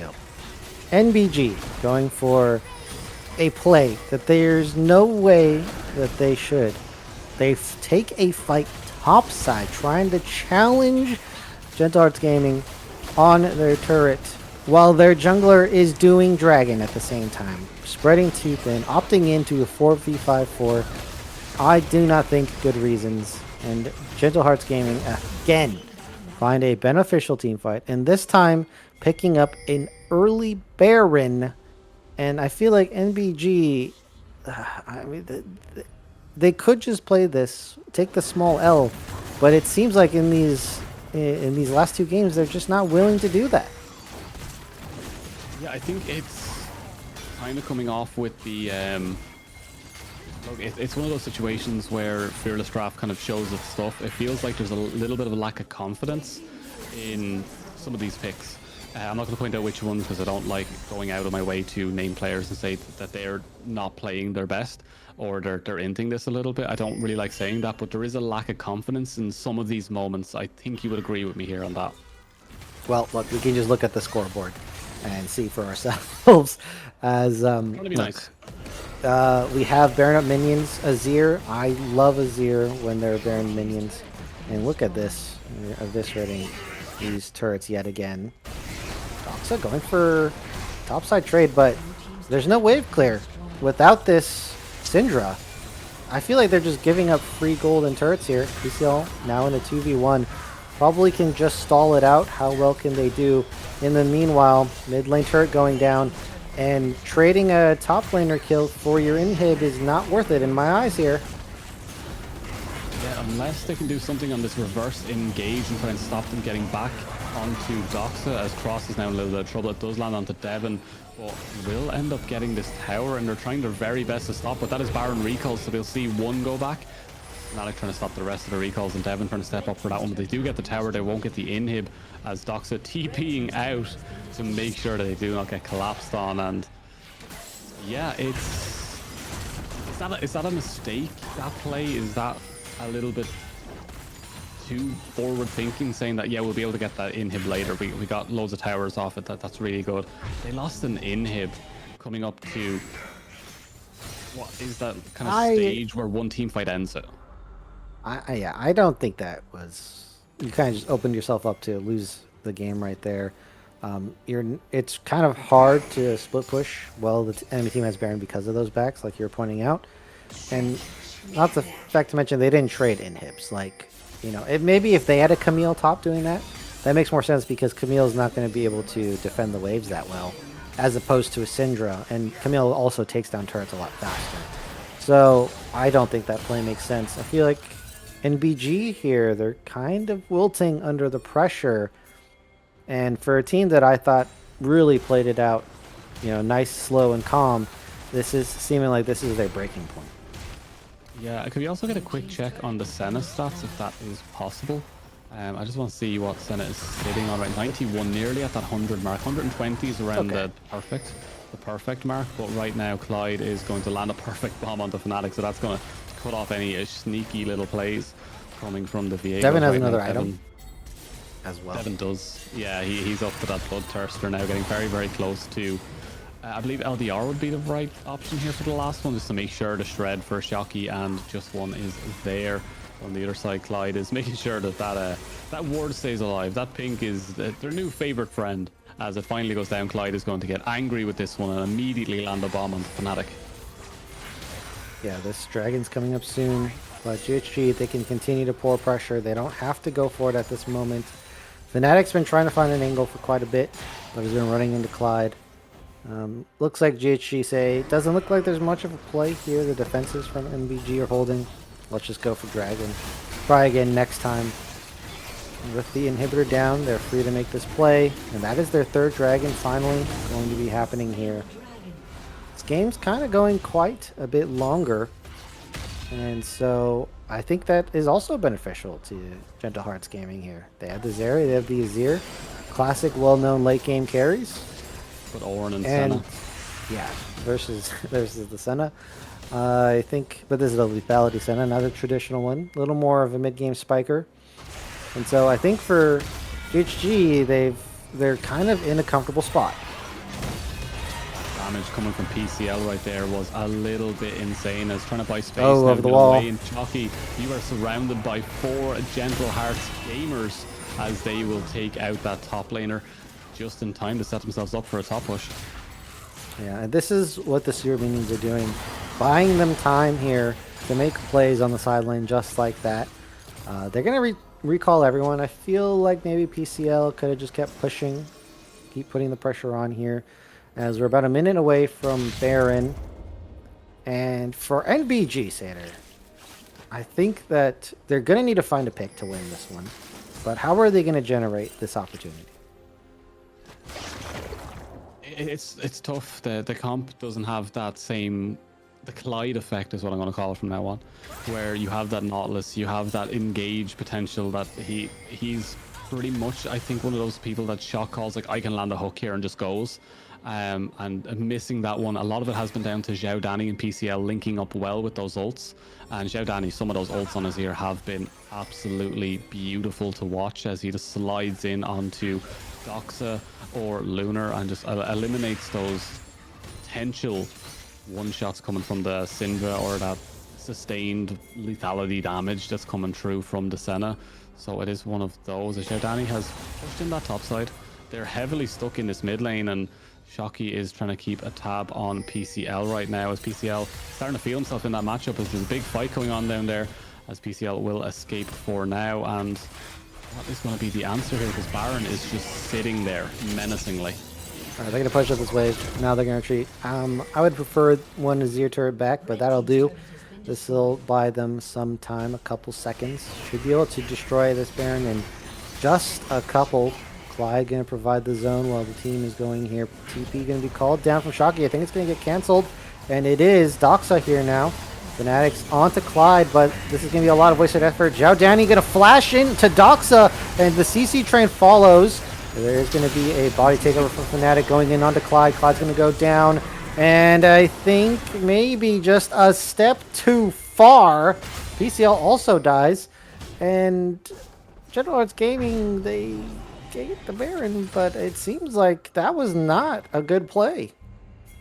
Yeah, Devin just got CC'd off the back from a great knockup from just one, and as soon as that Senna ult went ripping through, Doxa was like, I can step forward here and kill Larry, and it just eliminated their chances Oh, don't tell me this is fighting that. Don't tell me this is over. 20 seconds. No, I think they'll be able to get up in time, and I think Clyde has enough in those bombs to set them back up. I think it's just the inhibitor that will fall here, as they are looking very aggressive, but they don't have everything they need, and that Baron wave will come through. But it's a big turnaround for MPG. Still that slight goal. Wait, favor TP's coming down here, Sater. TPs. And it looks like the TP's in. PCL and Xiao Danny, they're just keying in to Shocky, who does not have the Death Realm. That is going to be a fallen top laner. Mortal is that Mordekaiser. They don't get 2, they get 1. And so NBG are going to be able to sacrifice to make an escape here. The Baron does survive on 2 members of Cross and Clyde, who is, by the way, very tanky as the Zillion here. They have full 5 members. NBG can't mount a defense on this one, so that's going to be a take. And key point here, 40 seconds onto this dragon. They can keep them locked under their nexus in the base if they keep pressure here. I think this is a good idea. Get some poke damage down. Maybe force an engage from NBG might be a beneficial play. But as soon as that dragon's up, they can just unlock and go back there. Ultimate coming through, just one. Cross gonna ultimate in. Devin is ulting. They're just throwing all their abilities down the line, and they're getting the kills. They've done it here, Sater. Triple for Devin. And that was a very unexpected end, as Sater, your prediction comes true here. Gentle Hearts Gaming gonna pull the upset victory. How are you feeling? I'm sure you're gonna be celebrating with your boys later, but how was that, Oski? No, I'm not going to celebrate. It's commiserations to MBG. They just don't understand. The gentler the heart, the stronger they are. It's all that matters. It's all about love and friendship. And to be honest, it just proves me right that GHG are a team that can definitely take games off of a lot of teams that they're very, very strong, and the way they play the game, there is mistakes, same as every single team, but the way they bounce back from those mistakes is phenomenal. Like we saw a Drake or a Baron fight go really badly for them. They lost a lot of members, and then they just slowly controlled the rest of that one. They didn't over aggress, and they found the correct picks. And we saw the double TP. They had no Devon for that last double TP, and they said, we can get the Mordekaiser. We can set ourselves up for this one. We still have 2 Barons. Let's take our time, send the TPs. Devon's running out of base, being like, I can get there, I can get there. They take out the Mordekaiser, and from there, it's just slowly working their way up, and Cross, as always, is just going to rip through towers, and it is incredible. I'm going to hold all of my hype and copium in for the moment, but commiserations to MBG, and just great work in Game 2. GHG really bounced back, and Game 3 was a bit of a slugfest, but really happy to see them take the win. Yeah, I think for Nightblood Gaming here, they made it close. I think that these wins were not stomps, really. I think at the end of the day, they can go back and look at their mistakes, and they say, we fix those and we win these last 2 games. I think that's absolutely true, or at least it's a lot more difficult for GHG to win. So just a little bit more of the planning side, something that can easily be fixed for the next OQ if they decide to stick together. There's still a threat, in my opinion, even though they lose to GHG here today. Let's just talk about standout players, MVP potentially here for the side of General Hearts Gaming. Who are you going to give it to? There's a lot of people who may be deserving of it, but let's get your opinion here first, Sater. I think it's a bit of a strange one, because I think everyone did well in certain games. They really stood up to their games. Like I think Cross's Trundle was absolutely phenomenal. Brilliant pick. I think Devon in Game 1 and Game 3 had phenomenal games. Game 1 just didn't go across the line, and Jinx just didn't have enough for it in the end. And I think Doxa gets a really big honorable mention for how well they control that mid lane against someone that I had as probably one of my favorite mid laners going in. I honestly think that Clyde deserves the MVP. I know it's a strange kind of shout, and I'm sure you're not Okay. probably going to agree with me, but I think Clyde really showed up across all these games. And I know that there's the conversation I usually go with is Clyde is a coin flip player, but Mhm. as I was watching that game more and more, that Zillion really changed the face of that game. Every single time there was an ult down, it was onto a key target. The way that Devon, and this is the big one, was 4 levels ahead of Lunar towards those last few fights really shows how much them two can work together to make sure that they're constantly getting that ADC ahead. And yeah, I think Clyde really deserves a big shout out for that one, because it's not easy being a support, especially with all the pressure trying to keep everyone alive. Really showed up in that one. Yeah, I have to say, I think we saw a different flavor of Clyde today. Mhm. Wasn't like in the Swiss bracket, where maybe thought that there was had a little more free reign, but reeled it in for this one. It seemed like the engages were cleaner. Wasn't so much wee ball or YOLO energy that I saw the Swiss bracket, but more controlled, more team play oriented here, and definitely helped the team go for the win. But if I want to think about who is my standout star or MVP player, I'm going to go with consistency. And there was a player that I thought pretty much did Yeah, well Danny. every game. Yeah, you called Yeah, it. yeah, It's Danny. going to be shout out at me. Yeah. Not to mention, like, game 1, what a valiant effort. Like, holding the team in on that game. Mhm. Wasn't able to find advantages in the lane, but was just crazy on the team fight flanks. Only died like that one last fight that really was the game over, the GG. But Oriana was overall, very, there, very nice as well into the One. We have to remember yeah. how So controlled he was in that lane. And then in the last game, it was just for something I didn't expect him to do so well on. Some of those ults were clutch. Like there was moments where I was like, "Oh my god, they're engaging, and this could go really badly." And then there's like it's like the messy kind of moments, like messy. It's just like he slides in and just takes them all. Yeah, Giordani, I can agree with the MVP for Giordani. It's just I don't want Clyde to be disheartened, because I think Clyde absolutely smashed it I over think you have this a one soft spot. for my worry about Clyde. Like I love Clyde as a player, but sometimes I'm watching like, what are you doing there? For this one, Yeah, he was just the Clyde I wanted him to be, that I've seen before in some games, and a lot of respect for him. yeah. Um, let's just take a bit of a trip to the whole tournament here. I'm just going to very quickly talk about some of the wins that we already know while I'm waiting for the producer to inform me, fill us in. I believe Pulse has won their top side bracket 2-0. As for this one, Shadow Hearts Gaming have won. I think we're unawares of anyone else, but those are the two confirmed games that we have here. And tomorrow, Seder, we're going to have our matchup. I know you're not going to be on stream, but hey, you know what? You know what? Yeah, let's get your words out today because you're not on stream tomorrow. Let's go to Group D. Well, I don't care about any of the words for any of the games tomorrow. I predicted a reverse sweep by Gentle Hearts Gaming. Oh, that did happen as well. All right, here we're in match. Someone get me that clip, please, for later. I just want to put that. Yeah, I guess he wants he wants evidence here. All right, D1. We also predicted Ducky Getters in this one. I'm trying to give you some time to talk about it now, but you're trying. You know, you don't care. You're on a high right now. World right now. I did predict Ducky Getters. What was the score for the Ducky Getters game? Sorry. Sorry, any updates for the games? Yeah, I don't think our producer hasn't said anything, so probably hasn't found it just yet. Yeah, Ducky Getters is going to be tomorrow. So you're getting your words out now as I think we're going to go ahead, close it out. Crazy prediction, Ducky Getters from Seder. So we'll see if that one comes true, as this one did today. Seder, I'm going to let you close it out for us.